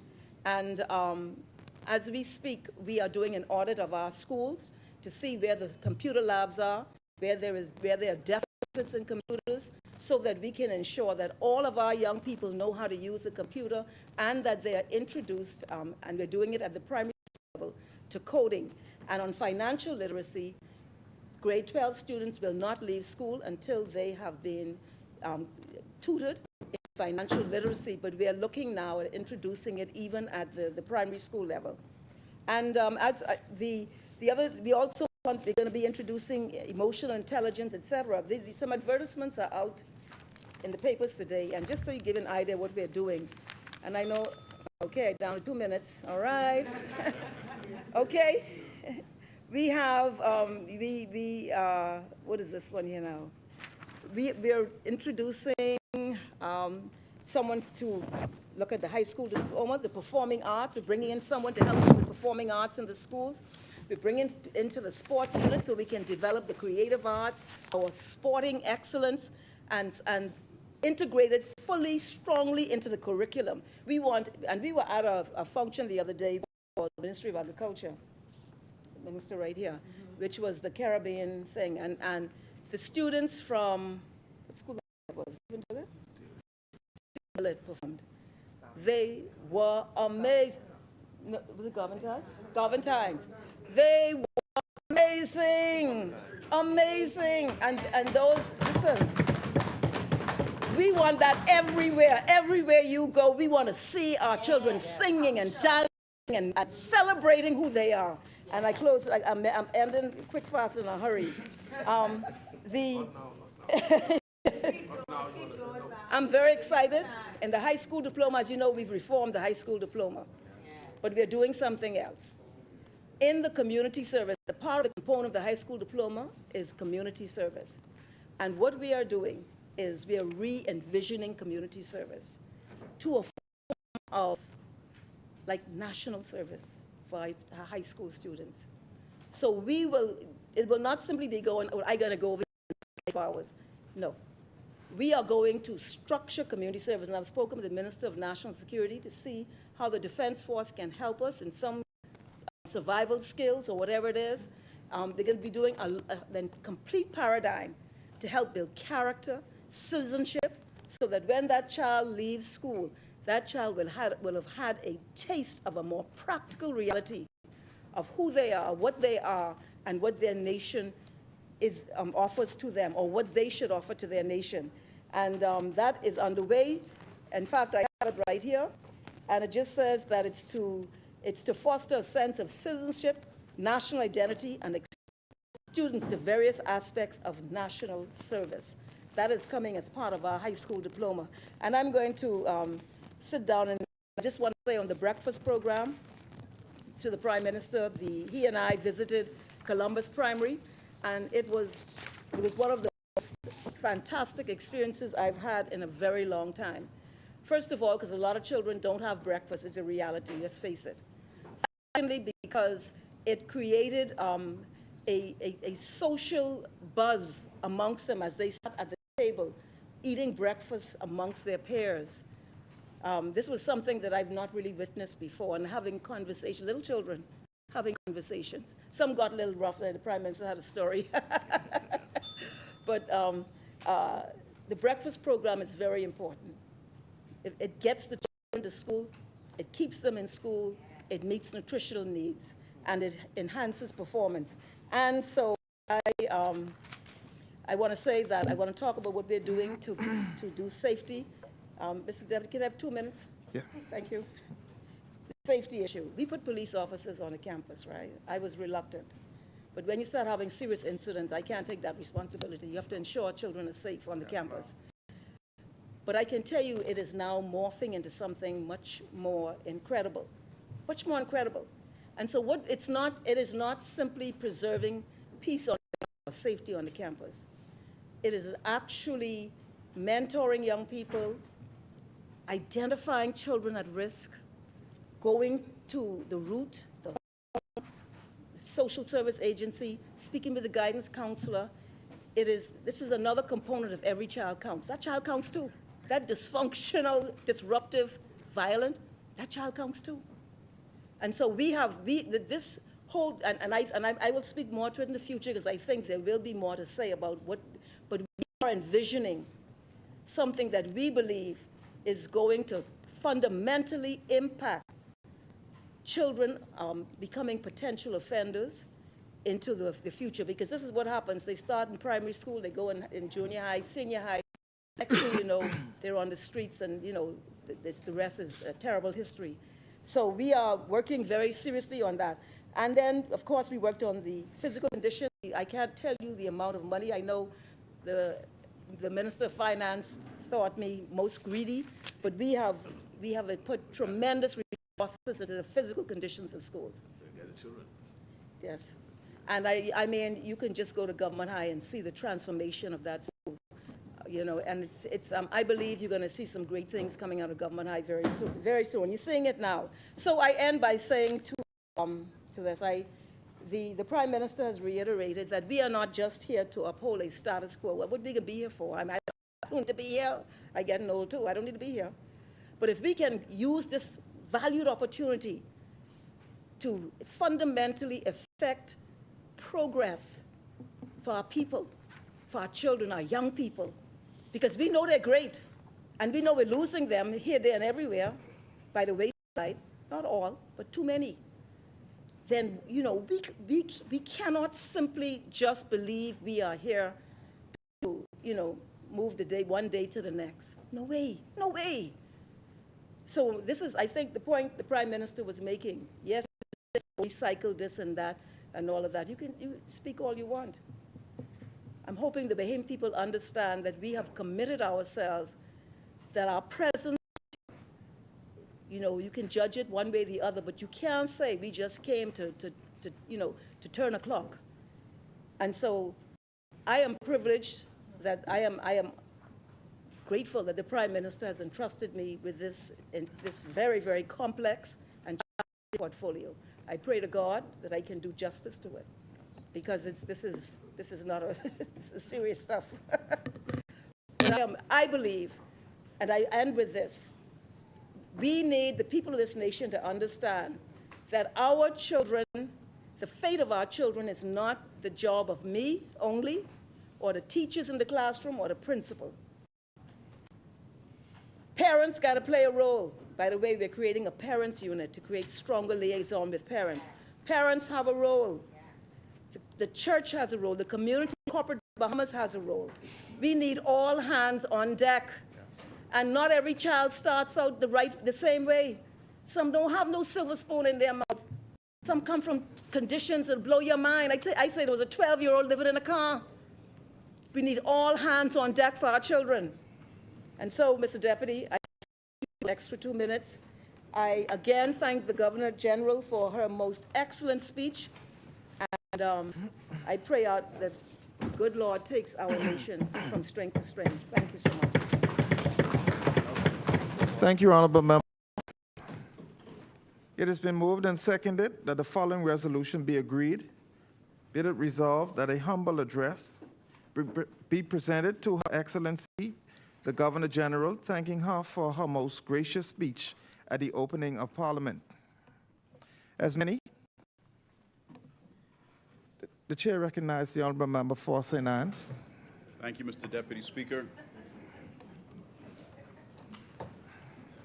Deputy Speaker, before I get into the content of my contribution today, I'm hoping that somebody will be able to look into the replacement of the clock here in the House, and that these shutters, the House of Assembly building just had either a $1 million facelift upgrade or a $3 million facelift upgrade, but I count 8 shutters, probably 5 shutters in total that have just been banging and banging and banging in the House this morning. It's not a difficult maintenance fix. It's gone on since I was called, but there seems to be more loose shutters now since the contract was completed than there was before. It's a poor indication of where we are at this time. Mr. Deputy Speaker, I'm just going to set my clock now. I know that a couple extra minutes have already been given, but I don't intend to be long today, Mr. Deputy Speaker. I'm going to say a few things and highlight one aspect of the incompetency of this administration and then take my seat. Mr. Deputy Speaker, I extend my gratitude to Her Excellency Cynthia Mother Pratt, Governor General, for her presentation of the speech from the throne and for her standout role in the opening of Parliament on October 4th. They say time flies when you're having fun. Well, when you are suffering like this government has the people suffering, 2 years feels like 10. And after 5 years, I feel will be ragged, like it's back in the 1980s again. Things are hard for citizens, Mr. Deputy Speaker, even for me, an MP. It's hard out here, Mr. Deputy Speaker. Yesterday, after some instant flat cakes for breakfast, I attended the Sandilands Primary School to plant a sugar apple tree with grade 6 students as part of the BAMSI one-to-one initiative. Hopefully, a member from the Ministry of Agriculture will speak more about this initiative because it's a very good one, which matches one tree to be planted with every citizen of the Commonwealth of the Bahamas. From Sandilands Primary, Mr. Deputy Speaker, I then went and worked at my office where I met a lady who told me all the difficulties that she was having with a tenant that was taking her to court for improvements he claims to have made to her property. I wasn't able to take her case on, however, as I was conflicted since her tenant was a fellow MP. Then led, Mr. Deputy Speaker, into an opposition caucus meeting at 1 p.m., which was then followed by a press conference and immediately thereafter, school pickup. After school pickup, I met and paid my respects to Mrs. Cartwright, the widow of MCM Michael Early Bird Cartwright, and then went home only to realize we were out of our last 5-gallon of water. Luckily, Mr. Deputy Speaker, the small depot on Prince Charles Drive was still open at 6:30 p.m., and I was able to purchase 2 bottles. That cost me $8.75 each, Mr. Deputy Speaker. Gone are the days when it was possible to buy 14 bottles from Aquapure at once in bulk, resulting in savings. That's the reality of these 2 years under the PLP. 2 years feels like 10. Is moving painfully slow under them. There used to be a time when it was possible to set $400 aside for groceries. Now, when it's time, there is only enough available to put aside $200.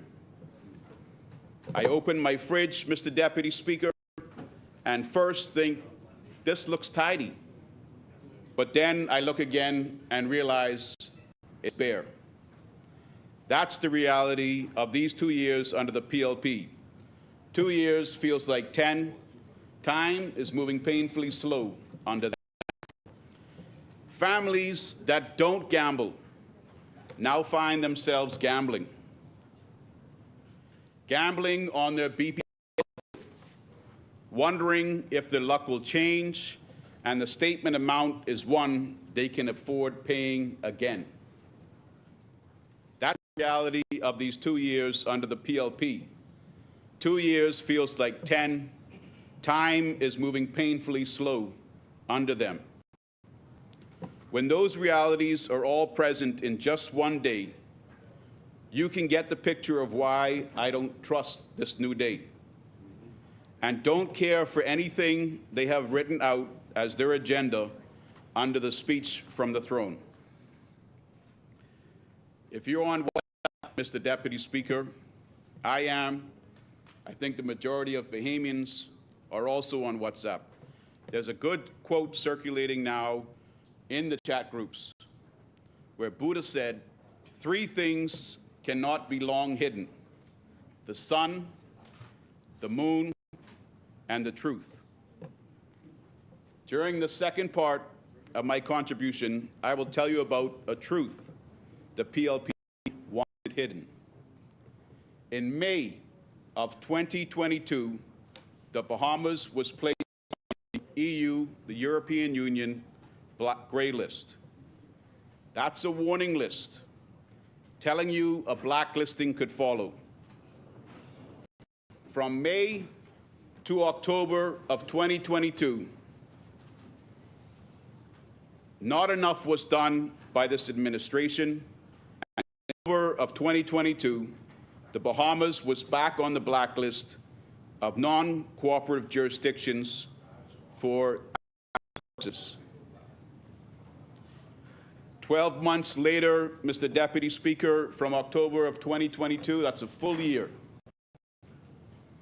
the Bahamas remains on the EU blacklist. In over 2 years, Mr. Deputy Speaker, this government has failed to take the necessary action and to successfully implement measures that would put us in a good position so that we could come off the blacklist. Instead of competent leadership, which the Bahamian people gave the PLP the benefit of the doubt with, we were misled. We read articles in January of 2023. The Minister of Legal Affairs adopted an approach of challenging the authorities. The headline of that article was, "What's the point? AG calls into question purpose and fairness of blacklisting as EU nations get free pass." So the apparent first strategy decision by this administration to remove us from the blacklist was to challenge them, was to take the financial services industry, I would argue, for granted. Instead of competent leadership, we were misled when we read articles in March of 2022. There, the Attorney General stated, "We're on track." The headline of that article read, "Government hopes to have country off EU blacklist by year end." It went on with a quote from the Attorney General to say, "Well on track, as you would have heard in my speech, to putting in a new portal and new implementation of economic substance reporting." Unfortunately, the prior attempt was not adequate. So in March of 2023, the Attorney General was acknowledging that the efforts to keep us from going on the blacklist were not adequate, but he was hopeful that we would be off the blacklist by year end. Instead of leadership, Mr. Deputy Speaker, we were misled when we read articles about the Prime Minister being in Brussels flexing his muscles in July of 2023 at a European Union Community of Latin American and Caribbean State Conference. He told the European Union to remove their economic feet off our necks. To remove your economic feet off our necks. These are the strategies of our Minister of Finance, our Prime Minister, and our Attorney General, our Minister of Legal Affairs. Instead of competent leadership, we were misled again when we read an article in July of 2023 titled, "Pinder will be on the blacklist in November." Well, what in the first-class flying world was really going on, Mr. Deputy Speaker? What in this PLP first-class flying world was really going on, Mr. Deputy Speaker? This month, October, the Bahamian people have waited an entire year with anticipation built right up. We found out that no, we weren't being removed from the blacklist. There was a press release issued by the government, Mr. Deputy Speaker. And that press release is dated the 17th of October, titled "Update on the Revised EU List of Cooperative Jurisdictions for Tax Purposes." I didn't see the Prime Minister's face with this article, Mr. Deputy Speaker, as I saw when he was waving and smiling in Brussels before he told the European Union to take their economic feet off our necks. I didn't see in this article on October 17th, the face of the Attorney General, the Minister of Legal Affairs, speaking to the fact that we were not being removed from the EU blacklist. The article reads, or the press release reads, Mr. Deputy Speaker, "The European Union revised list of non-cooperative jurisdictions for tax purposes was released today. The Bahamas is one of those jurisdictions remaining on the EU's list of non-cooperative for tax purposes. And in the final paragraph that I'll read from there, it states, the EU's determination was based on the recommendation of the OECD's Forum on Harmful Tax Practices meeting held in April of 2023. Before many of our reforms for economic substance were implemented. Mr. Deputy Speaker, the conclusion for the Bahamas to remain on the European blacklist was based on an April 2023 assessment, a meeting held in April. When that press release came out, Mr. Deputy Speaker, the hidden truth came out. We found out that the Minister of Finance and the Minister of Legal Affairs weren't the ministers to believe on this. We found out that we shouldn't have stood behind them. They made an absolute mess of the process. The country wasn't backing the right ministers while we sat back and took them at their word. You could argue that they had no clue. If they had a clue, Mr. Deputy Speaker, how from April of 2022 could they be telling us in July that we would be removed from the list? If the list removal was based on a report from April of 2022, all of that time, nothing was going to change. Do we not have foreign diplomats, Mr. Deputy Speaker, that work on these international relationships? Do we not have a Ministry of Foreign Affairs? Mr. Deputy Speaker, how is it possible that the Minister of Legal Affairs can tell us not once, but multiple times, that we can expect to come off blacklist this October, when in actual fact, nothing was changing the mind of the European Union?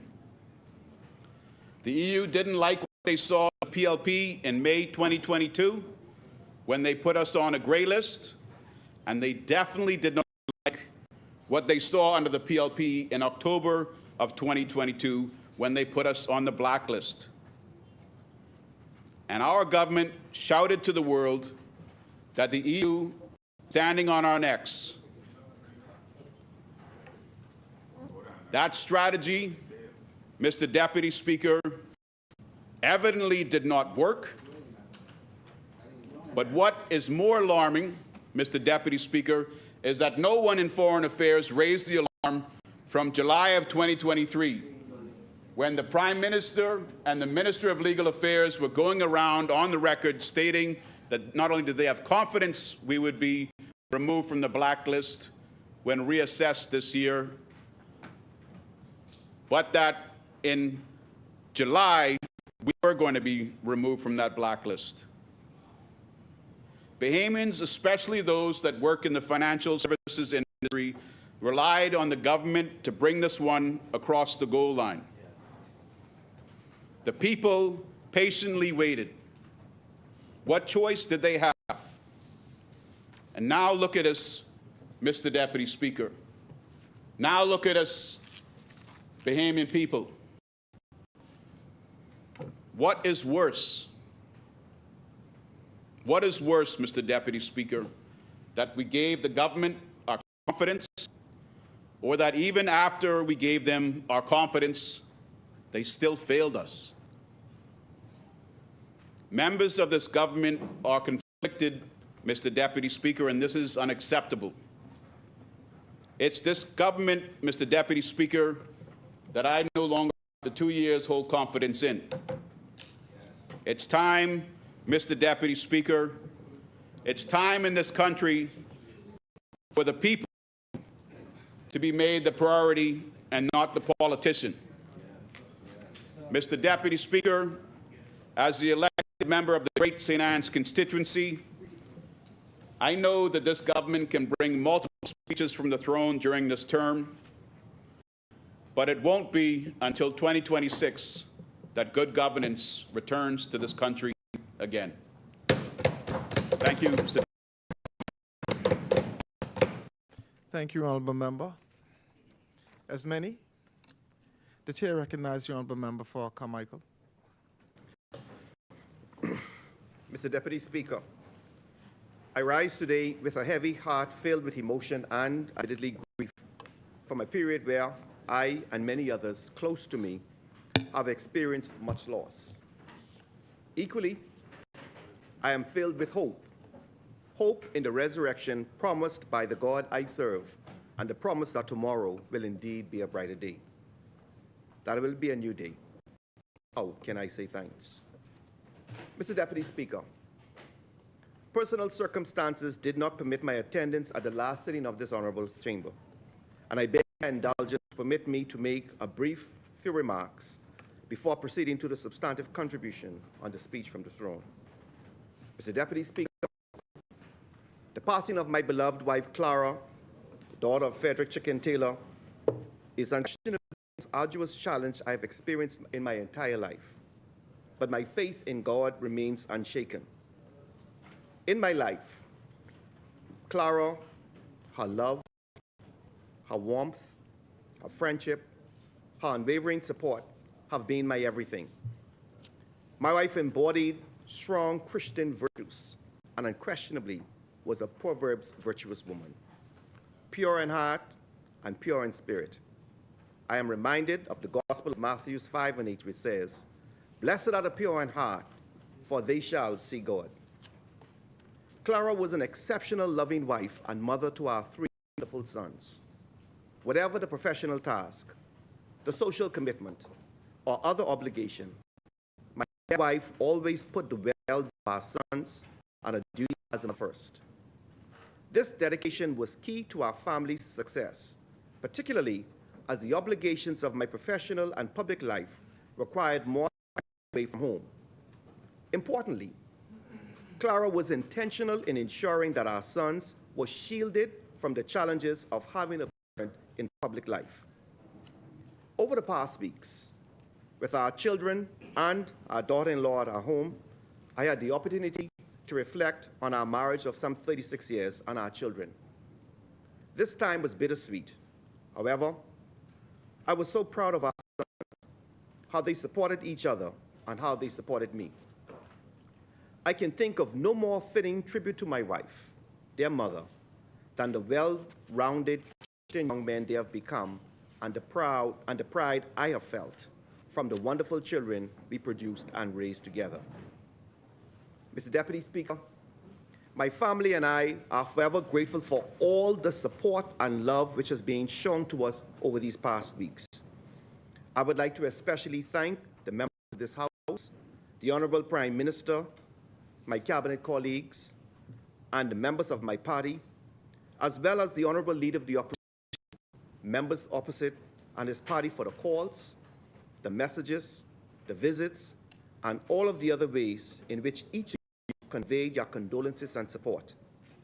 I extend my deepest appreciation to all the branches of government, the legislature, the executive, and the judiciary. I am humbled by the outpouring of love and support by my Carmichael family, my PLP family, and of course, the Catholic Archdiocese of Bahamas. Please know that your kind gestures are deeply appreciated and help make this most difficult time that much more bearable. God bless you, and I ask you to continue to keep me and my family in your prayers. Mr. Deputy Speaker, looking to my right, I am also reminded of my dear friend and political brother, Obadiah Hercules Wilchcombe, a true friend who supported me and backed me when the political times got tough and rough. Obi was an ardent supporter of the progressive cause. This support was consistent and reliable. In a world where it is so easy for persons to trade their principles for interest, Obi was simply incorruptible. One never had to doubt where Obi stood on any issue. His passion for the people of the Bahamas generally and in particular the people of West Grand Bahama and Bimini, was great and sincere. Obi believed in Bahamian excellence and the fundamental position that Bahamians, led by Bahamians, have the capacity to undertake the work needed to make our country the best little country in the world. News of my wife was announced. Obi was one of the first persons who reached out to me. That was just the kind of man he was. I pray for his children and his family that he find comfort during this difficult time. I will miss my friend, my counsel and support. One love. One love. Mr. Deputy Speaker, when I speak to the challenges of the past few weeks, I also reflect on the life of Dario Raming Jr., whose untimely demise has been such a great loss to his family, his friends, and the community. My relationship with Dario Jr. began with his father, Dario Sr., whose service to this country as an intelligence officer in the police force was immeasurable. It seemed just like yesterday when I stood godfather to Dario Jr. Dario's parents exemplify the best of the Bahamas in their service to the community, him as a police officer and his mother as a teacher. Their son was filled with potential and promise. I continue to pray to God for their comfort, to his parents, his family, at Queen's College. Mr. Deputy Speaker, there are simply things we do not understand. We will never understand. However, we can rely on the divine assurance that in the end, death will be swallowed up in victory, and the Lord God will wipe away every tear from our eyes.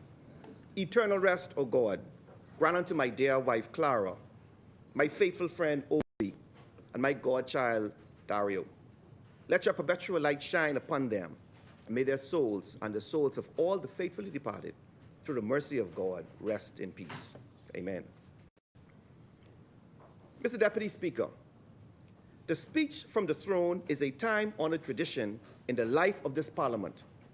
It marks the beginning of a new parliamentary session and requires the government to outline its legislative agenda to the Bahamian people.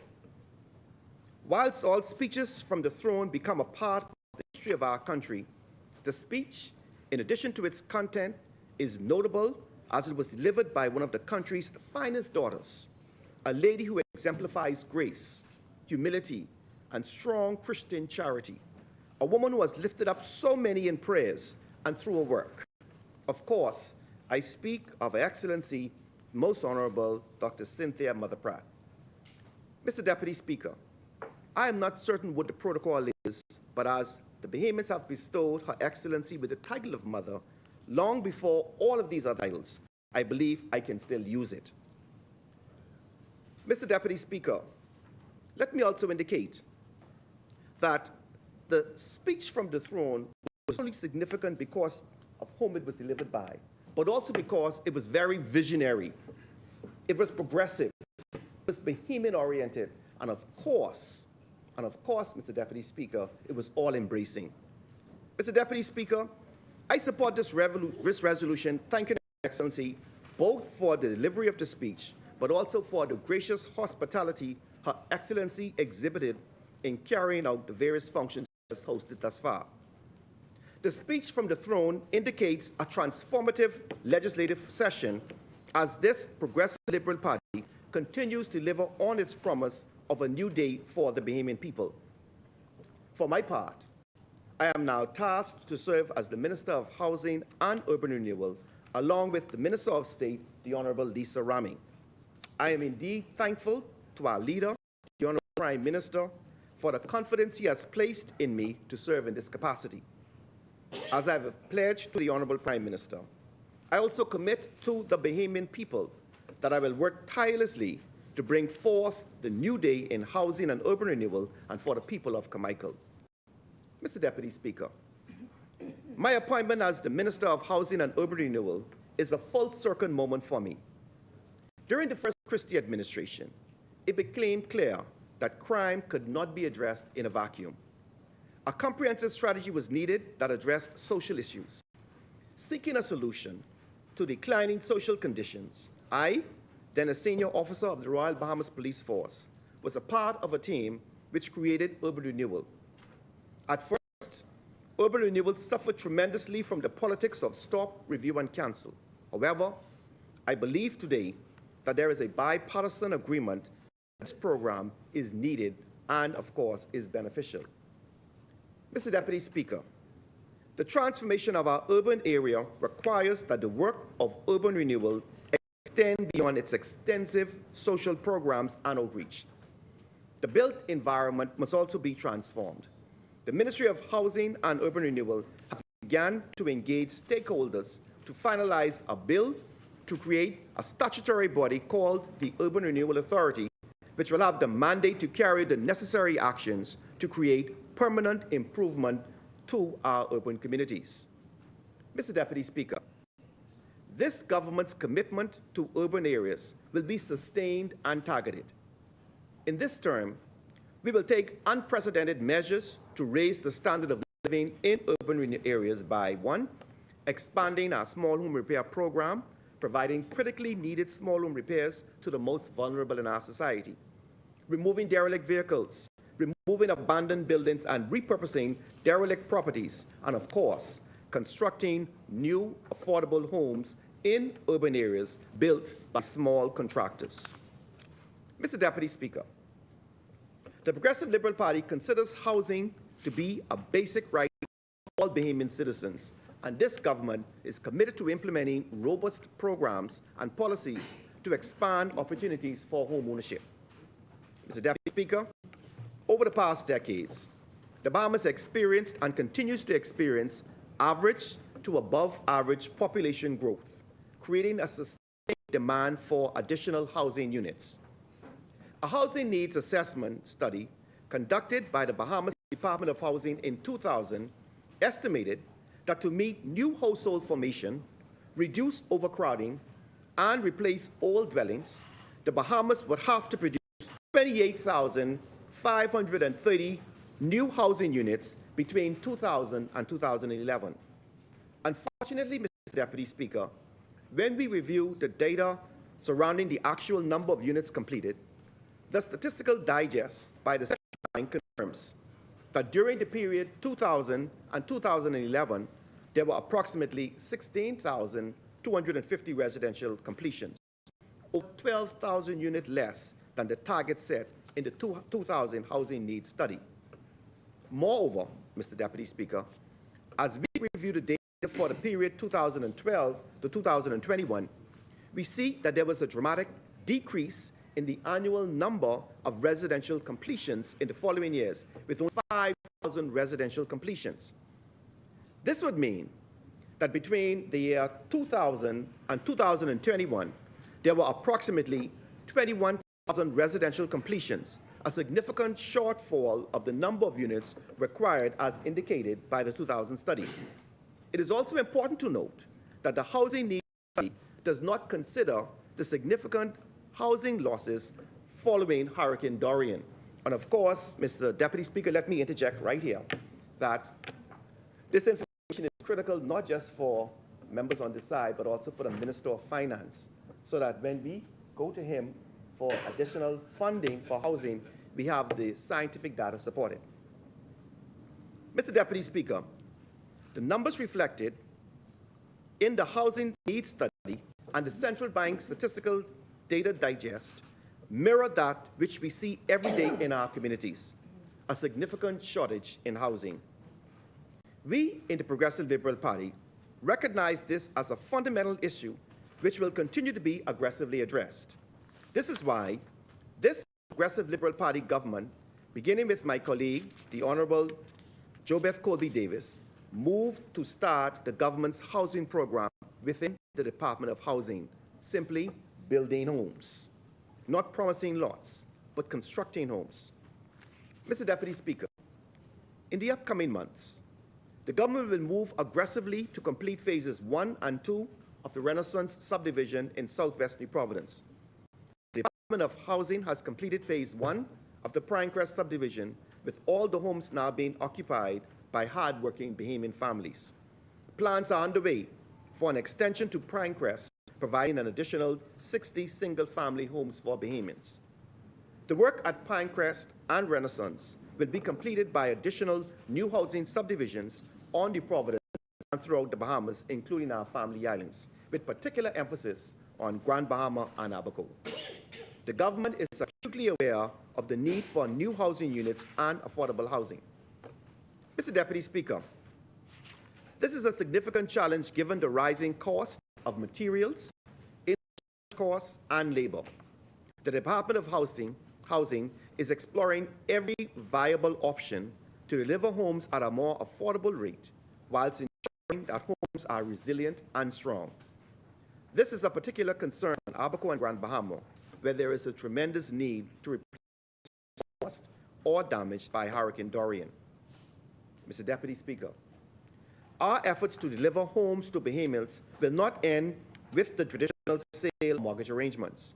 We recognize that to truly help and empower the most vulnerable among us, we must consider new approaches that extend beyond opportunities. This is why the government has created a sustainable rent-to-own housing initiative to create an additional pathway to home ownership for Bahamians facing financial barriers.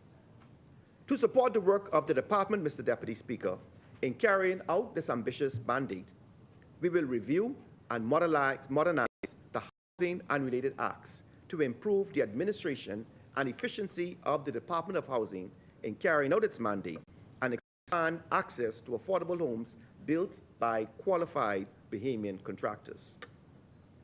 Mr. Deputy Speaker, the task before us is great and requires support of all stakeholders and private sector partners.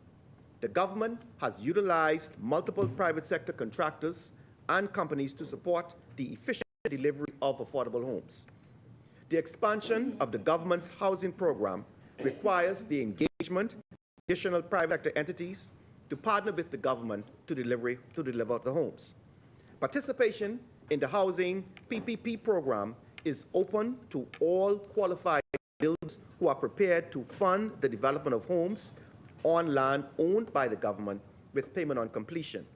The program is open to all qualified Bahamian builders, and the doors of the Department of Housing remain open to receiving proposals for consideration. Mr. Deputy Speaker, let me also say that the need is tremendous, and thus there will be an additional opportunity for builders and companies who are not able to self-fund and require mobilization and stage payments. The Bahamian people, Mr. Deputy Speaker, can be assured that the Ministry of Housing and Urban Renewal is fully committed to carrying out the mandate set out in the speech from the throne. I, along with the honorable member of Marathon, will ensure the work is done. We fully understand that we will be measured by our work and not our words. I thank the Permanent Secretary, Ms. Pernell, for her stellar work in leading this new ministry and overseeing the relocation of urban renewal from Centerville House to its new office on Thompson Boulevard. I also wish to thank the entire team of Housing and Urban Renewal for their hard work and commitment to transforming the Bahamas one community at a time.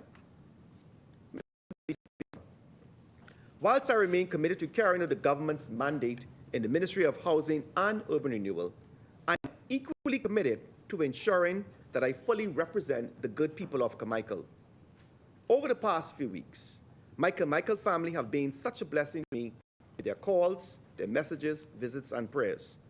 My campaign team has worked tirelessly to address constituency matters, allowing me to focus on related matters. To the wonderful people of Carmichael, I wish to thank each of you for all your support, and be assured that over the next few weeks, I will do my best to reschedule my appointments, which I was not able to keep over the past few weeks. As we look around the world, Mr. Deputy Speaker, and in many of our communities, it is easy to allow ourselves to be overwhelmed, to feel as though there is little help, there is little hope. I can recall campaigning before the last election when employment was at unprecedented levels and movement was restricted. But we fixed that. I can recall telling voters that if we were elected to reduce VAT by 10%, a suggestion dismissed by the then government. But today, Mr. Deputy Speaker, I can stand here proudly and say that that this government, of which I am proud of, did it. I can recall our promise to increase minimum wage, again dismissed by the then government, not knowing that Providence would have it so that it would be tasked with implementing the increase as the then minister responsible for labor. The economy didn't crash. No. We did not trigger unemployment. No. Rather, over 60,000 hard-working Bahamians received an increase in their basic pay. Mr. Deputy Speaker, I can recall our promise that we would protect our borders from illegal migration, a suggestion dismissed by many. I can proudly say that we expeditiously and humanely deported thousands of economic migrants back to their home countries.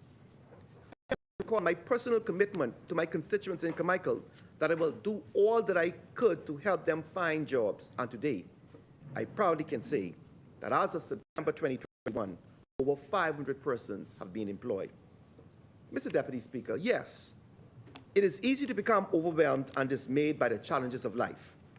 But as with the transformation which took place after this government successfully ended emergency rule, reopened the economy, and enacted the changes necessary to support growth, tomorrow can be a brighter day. We have much more work to do, and I submit that with grace and mercy, we shall do it. Mr. Deputy Speaker, I wish to again thank Excellency for delivering the speech from the throne, and I fully support the adoption and implementation of the policies outlined therein. May the good Lord in whom I continue to trust continue to bless this great Commonwealth of the Bahamas. Thank you. Thank you, Honourable Member. As many.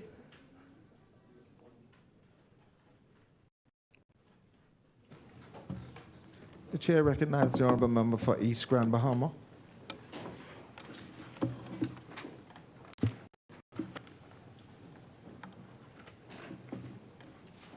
Thank you very much, Mr. Deputy. Mr. Deputy, very quickly before I get into my presentation, I wanted to say a special congratulations to a young lady who is in my constituency, Miss Grace Cooper, 14 years old, who was awarded the Rising Star Award during this month's during Youth Month this month, October. She traveled along with her mother on the flight with me this morning, where this evening she will be receiving her award. So I wanted to say a special congratulations to little Miss Grace Cooper. Mr. Deputy, today I rise on behalf of the good people of the East Grand Bahama constituency. I rise on behalf of the people in Sweetings Key, those people who are still waiting on their dock, they are still waiting on their school, they are still waiting on their government building. I rise on behalf of the settlements of East Grand Bahama from McLeanstown all the way to Old Freetown, who are still waiting on their resident doctor in the area for East Grand Bahama. They are still waiting on their seawall. And while there is work being done in McLeanstown on the school, we also are waiting on what is happening with respect to the school in High Rock. I rise on behalf of the over the bridge residents who are still waiting on their home repairs. Yes. We need our dog too. I rise on behalf of those constituents who live in Arden, Waterkey, Coral Gardens, Fortune Bay, Chesapeake, and Lincoln Green. And they're still waiting on their home repairs. They're still waiting on their jobs, their small businesses, and relief from the high prices and relief from inflation. But, Mr. Deputy, it has been a privilege to serve and to represent the good people of the East constituency. I wish to thank Mr. Deputy, the newly appointed Governor General, Her Excellency Cynthia Mother Pratt, for reading the speech from the throne. She did so with her usual grace and elegance. Having served with her in this House between 2007 and 2012, I come to have the utmost respect for Her Excellency Cynthia Mother Pratt. Mr. Deputy, the PLP has presented another good speech. They are very good at making speeches. Yes. However, given the state of our country, no one can deny that we need more than a good speech. There were many promises made in this speech. There are many promises were made in the last speech. We have heard many of them before. If it's one thing they are good at, it's making promises. But what I and many others are not convinced of is whether they will deliver on those promises. Will not. Many, like me, are wondering why the reset and why now. But this is what I believe. This is my belief, my opinion. That the PLP government was facing unprecedented criticism. Businesses and the general public were suffering from high electricity prices, high inflation, in particular, unescapable high food prices. Even the PLP are publicly admitting that the poor is catching hell. Adding the 10% on bread basket items for VAT is making it extremely difficult for ordinary Bahamians to be able to survive. Even the church, the Anglican bishop, is now calling on the government to take VAT off bread basket items. Do the Christian thing. No reset, new speech from the throne is going to cause us to forget this. Mr. Deputy, people feel the pressure at the gas pump. People are making real life decisions on how far they have to travel. Today, gas is now over $6 at the pump. Mr. Deputy, we will not just overlook, brush off, that the PLP government has directly increased the cost of medication. Elderly constituents every day lament and complain of the increase of the cost of medication.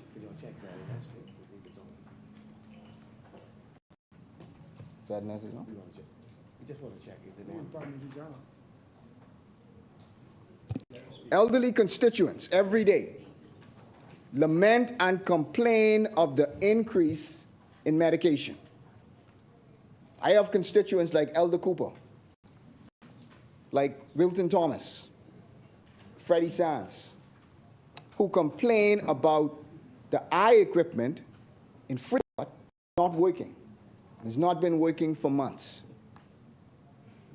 We will not just let these things go.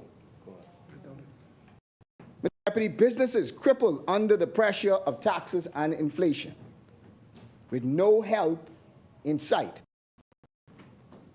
We won't just let that slide under the rug.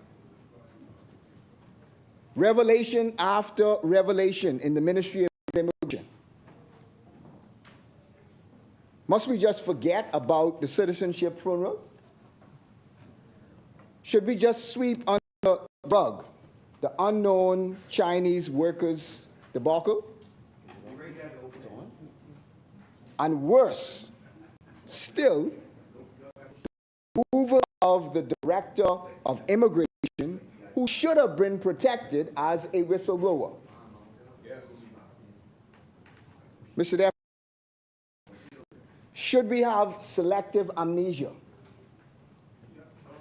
to the near $9 million wasted by the abrupt, unexplained abandonment of the new central bank building in Royal Victoria Gardens? Not just bypass and overlook at best incomplete budget that did not account for the $110 million loan provided to PPL, which by law, if released from the consolidated fund, should have been articulated in the budget. Mr. Deputy, they want us to just ignore the now 10, yes, 10 financial and budgetary reports that are now late. We should just bypass that, forget about that, and move on. The government now has 4 budgetary reports that are past due. The government has published the monthly reports for June, July, and August of this year, nor have published the 4th quarter fiscal report for the fiscal year of 2022 and 2023. Shame. Of course, Fiscal Responsibility Council is now extremely late on the 6 outstanding assessment reports the Council will provide to Parliament on its documented review of each of the following: the government's fiscal strategy report, the midterm budget statement, and the annual budgetary statement for 2021-2022, and for this fiscal year, 2022-2023. The Council is to provide 3 reports every year with a statutory deadline. It has not published a single report since the PLP took office over 2 years ago. Not one. We will not just bypass this. They want us to sweep under the rug, Mr. Deputy, that based on the statements in the press by the Council membership, that it would seem that there is no current chairperson of the Council, and that the Council itself is dysfunctional and in limbo. Mr. Deputy, what about the public fight in Grand Bahama between the government and the Grand Bahama Port Authority? Shame. The facts actually speak for themselves. 2022, Grand Bahama had an economic decline of 9%, or over $154 million. No hurricanes, no COVID during 2022 in Grand Bahama, but yet Grand Bahama has had the worst decline in the country. Now, I'm sure there are those who say Carnival is coming, Celebration Key is coming. But Mr. Deputy, I am very proud of the work that the Free National Movement did in executing the heads of agreement to ensure that that project started. I saw recently where the shipyard announced their groundbreaking is coming next week, I believe it is. They announced their new expansion and their new docks. Well, again, Deputy, I am extremely pleased that the Free National Movement approved the expansion project I am extremely pleased that the Free National Movement announced this project before. Man, you all didn't announce that. You all didn't announce that. We are talking about the expansion of the shipyard. Stay focused, bro. Stay focused. Stay in the script. We are. They can make as much noise as they feel like. I have the floor. Thank you. And the fact. The Weller, And the fact. the Weller Group, the Discovery Bay project. I am very pleased that the Free National Movement approved this project and announced this project when we were in office. Put it on the floor. On the floor. Medical school that is progressing. The medical school that was completed, built. I am again very pleased that it was the Free National Movement approved this project, broke ground on this project, and we were there when the project had gotten started.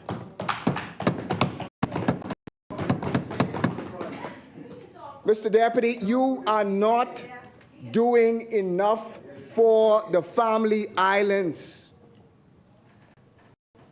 Abaco, Long Island, Eleuthera, Michael, all decreased in 2022. The most interesting thing, though, is that they increased in 2020 and 2021 under the Free National Movement.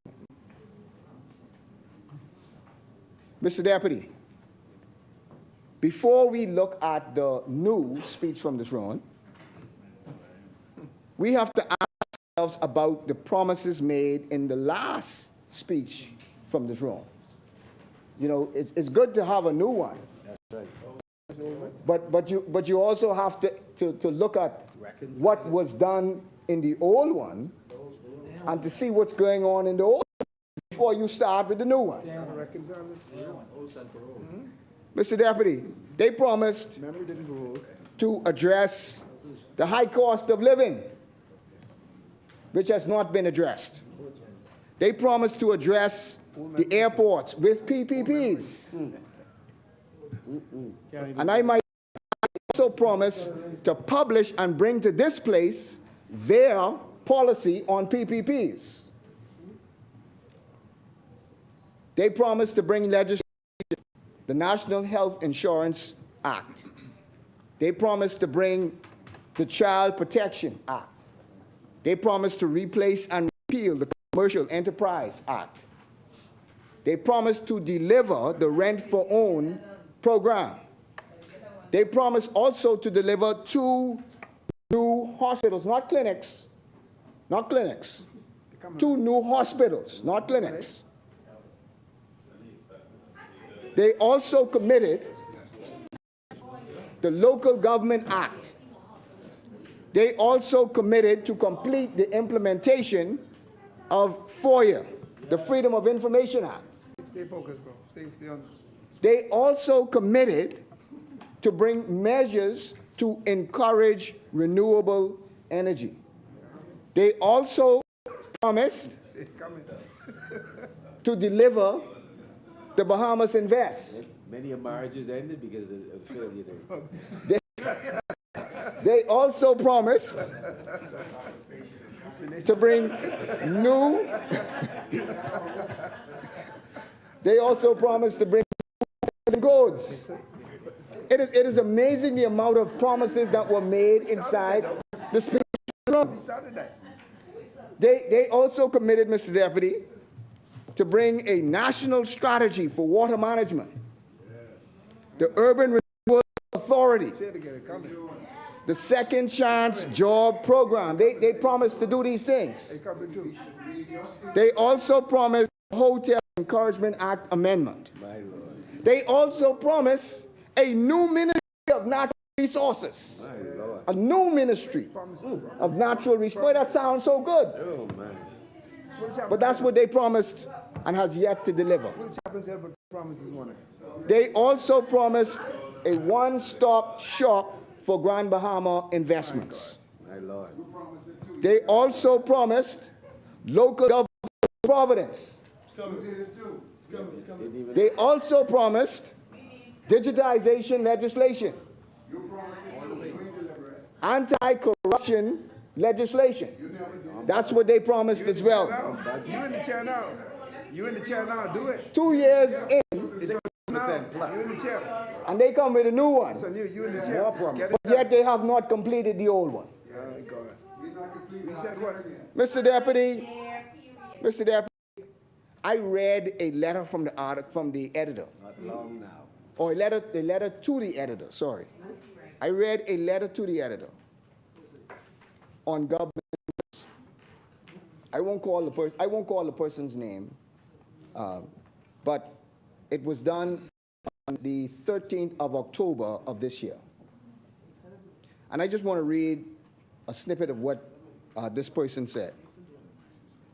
Having passed its 2-year anniversary in office, I expected that this administration would have devoted some attention to addressing many vexing and annoying issues affecting Bahamians and local businesses when doing business in this country. Since coming to office, this administration has been too tolerant in allowing public officers and department heads to introduce policies and measures that lack reasonableness and proportionality, which have only served to frustrate Bahamians to no end. This is what also, this part also got to me. When seeking the most basic service, Bahamians are routinely turned away with endless requests for more information and documents, which are already resident with the government and can be accessed electronically if needed.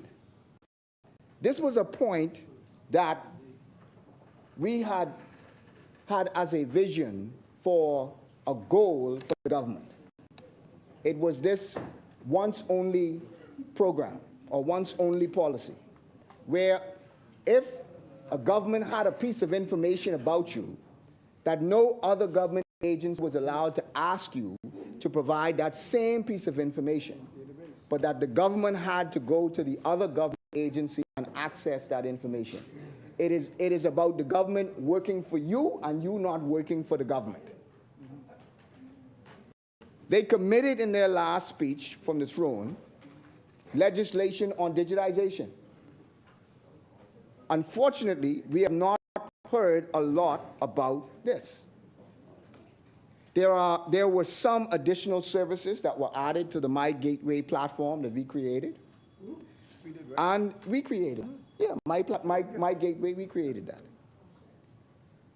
And a new website that we saw in the paper today, which should be delivered next year.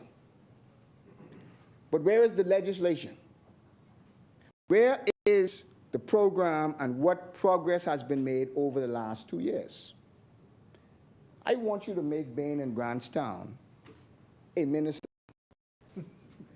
so that he can properly move this forward. And I say this with all seriousness, because I genuinely believe that, no, That's the minister of digitization. We said looking at him, because I genuinely believe that you need to have a minister who is sitting around a cabinet table who is devoted to moving digitization forward.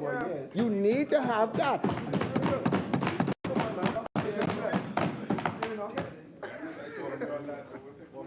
We left draft legislation for the Ministry of Information Technology and Innovation bill. We left that in place. And we also left a draft of the e-government bill in place. We are waiting to see the implementation also of the contributory pension for existing and new employees. That's something that this government committed, they promised. We are waiting to see the plans on the implementation for the paid contributory pension for existing and new employees. Small business development and private sector development.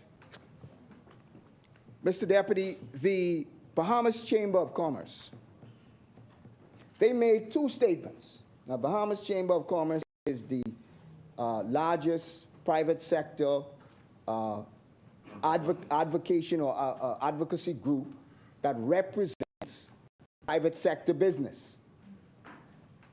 In fact, if you put all of those businesses that are a part of the Chamber of Commerce, they are the largest employer of Bahamians in this country. They made two statements. One before the speech from the throne, and one after the speech from the throne. The one that they made before the speech from the throne, they pleaded with the government to use the speech from the throne to, and I quote, the BCCEC is hopeful that they can expect more policies that will positively impact businesses during the reconvening of Parliament. The business community's desire is for more business-friendly policies. That is what they said before this recent speech from the throne. Unbelievably, after the speech from the throne, they made another statement, and I quote from the statement that they made. Regrettably, that started off wrong. Altogether. What is the count? But regrettably, the government did not address other matters such as improving digitization across government agencies, the same point that I made recently. Plans to reform our business tax system, a national framework for public-private partnership, the same point that I made saying that the government promised to deliver a policy on public-private partnerships. Business-related incentives to establish and grow industries, a legislative framework to provide financial support to businesses negatively impacted by government-imposed challenges, like prolonged and extensive road works. A plan which will address and remediate public infrastructure strain, such as flooding after heavy rains, as this impedes access to businesses. And, Mr. Deputy, everyone in this country could attest that when you have heavy rain in Nassau, you cannot move. And from their point of view, they're looking at it from a business side, that if you have heavy rain and this problem is not solved, then people cannot make it to work and they cannot make it as customers to their business. So, Mr. Deputy, the largest employer, the advocacy group that represents the largest number of private sector companies, has a difficulty that there are not enough policies were articulated in this recent speech from the throne. They gave a statement before the speech telling you what they want to see. And then they made a statement after the speech saying, you didn't listen to us. You didn't put these things in it.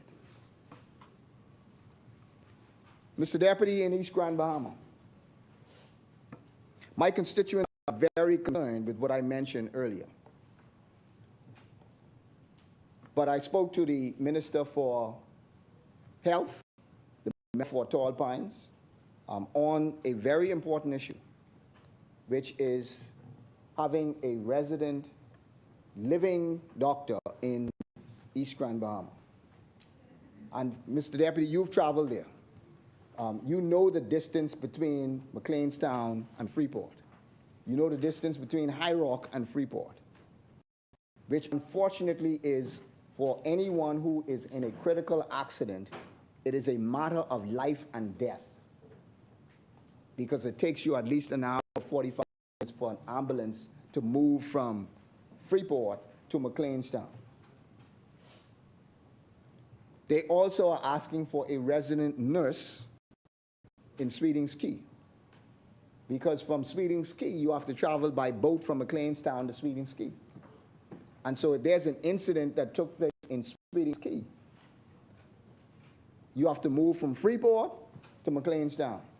And then you have to catch a boat from McLeanstown to Sweetings Key.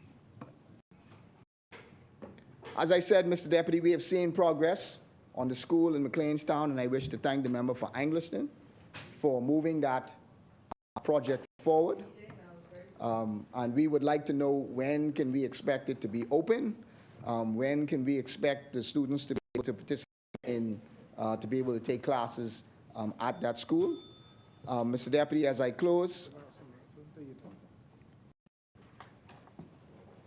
there was a very serious incident that took place in Sweetings a few weeks ago, where an employee of the Water and Sewage Corporation was unfortunately crushed to death when the water tank structure collapsed, and it collapsed on him.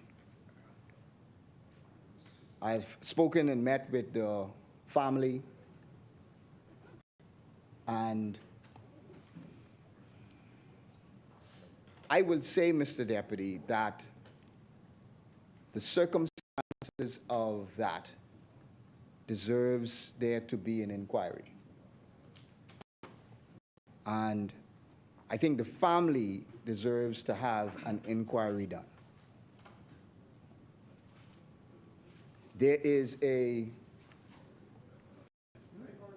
if there's going to be an inquest, then that's fine. I mean, I haven't heard that there's going to be an inquest, but if there's going to be an inquest, then wonderful. That's fine. But the only issue that I wish it to be known is that it deserves for there to be an inquiry into the circumstances of his death.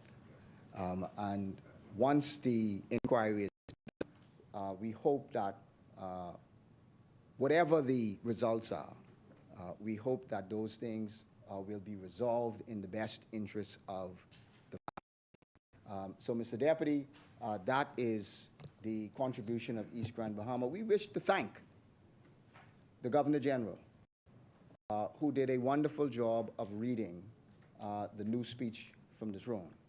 But unfortunately, Mr. Deputy, the good speech, not at all, caused us to forget what state the Bahamas was in before the speech, because the speech does not change our situation.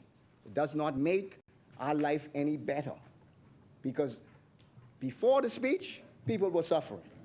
After the speech, people still suffering. Yes. And so, Mr. Deputy, we will not be satisfied until relief is brought to the people of the Bahamas. Thank you.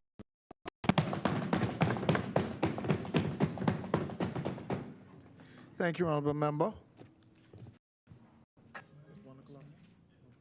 As many?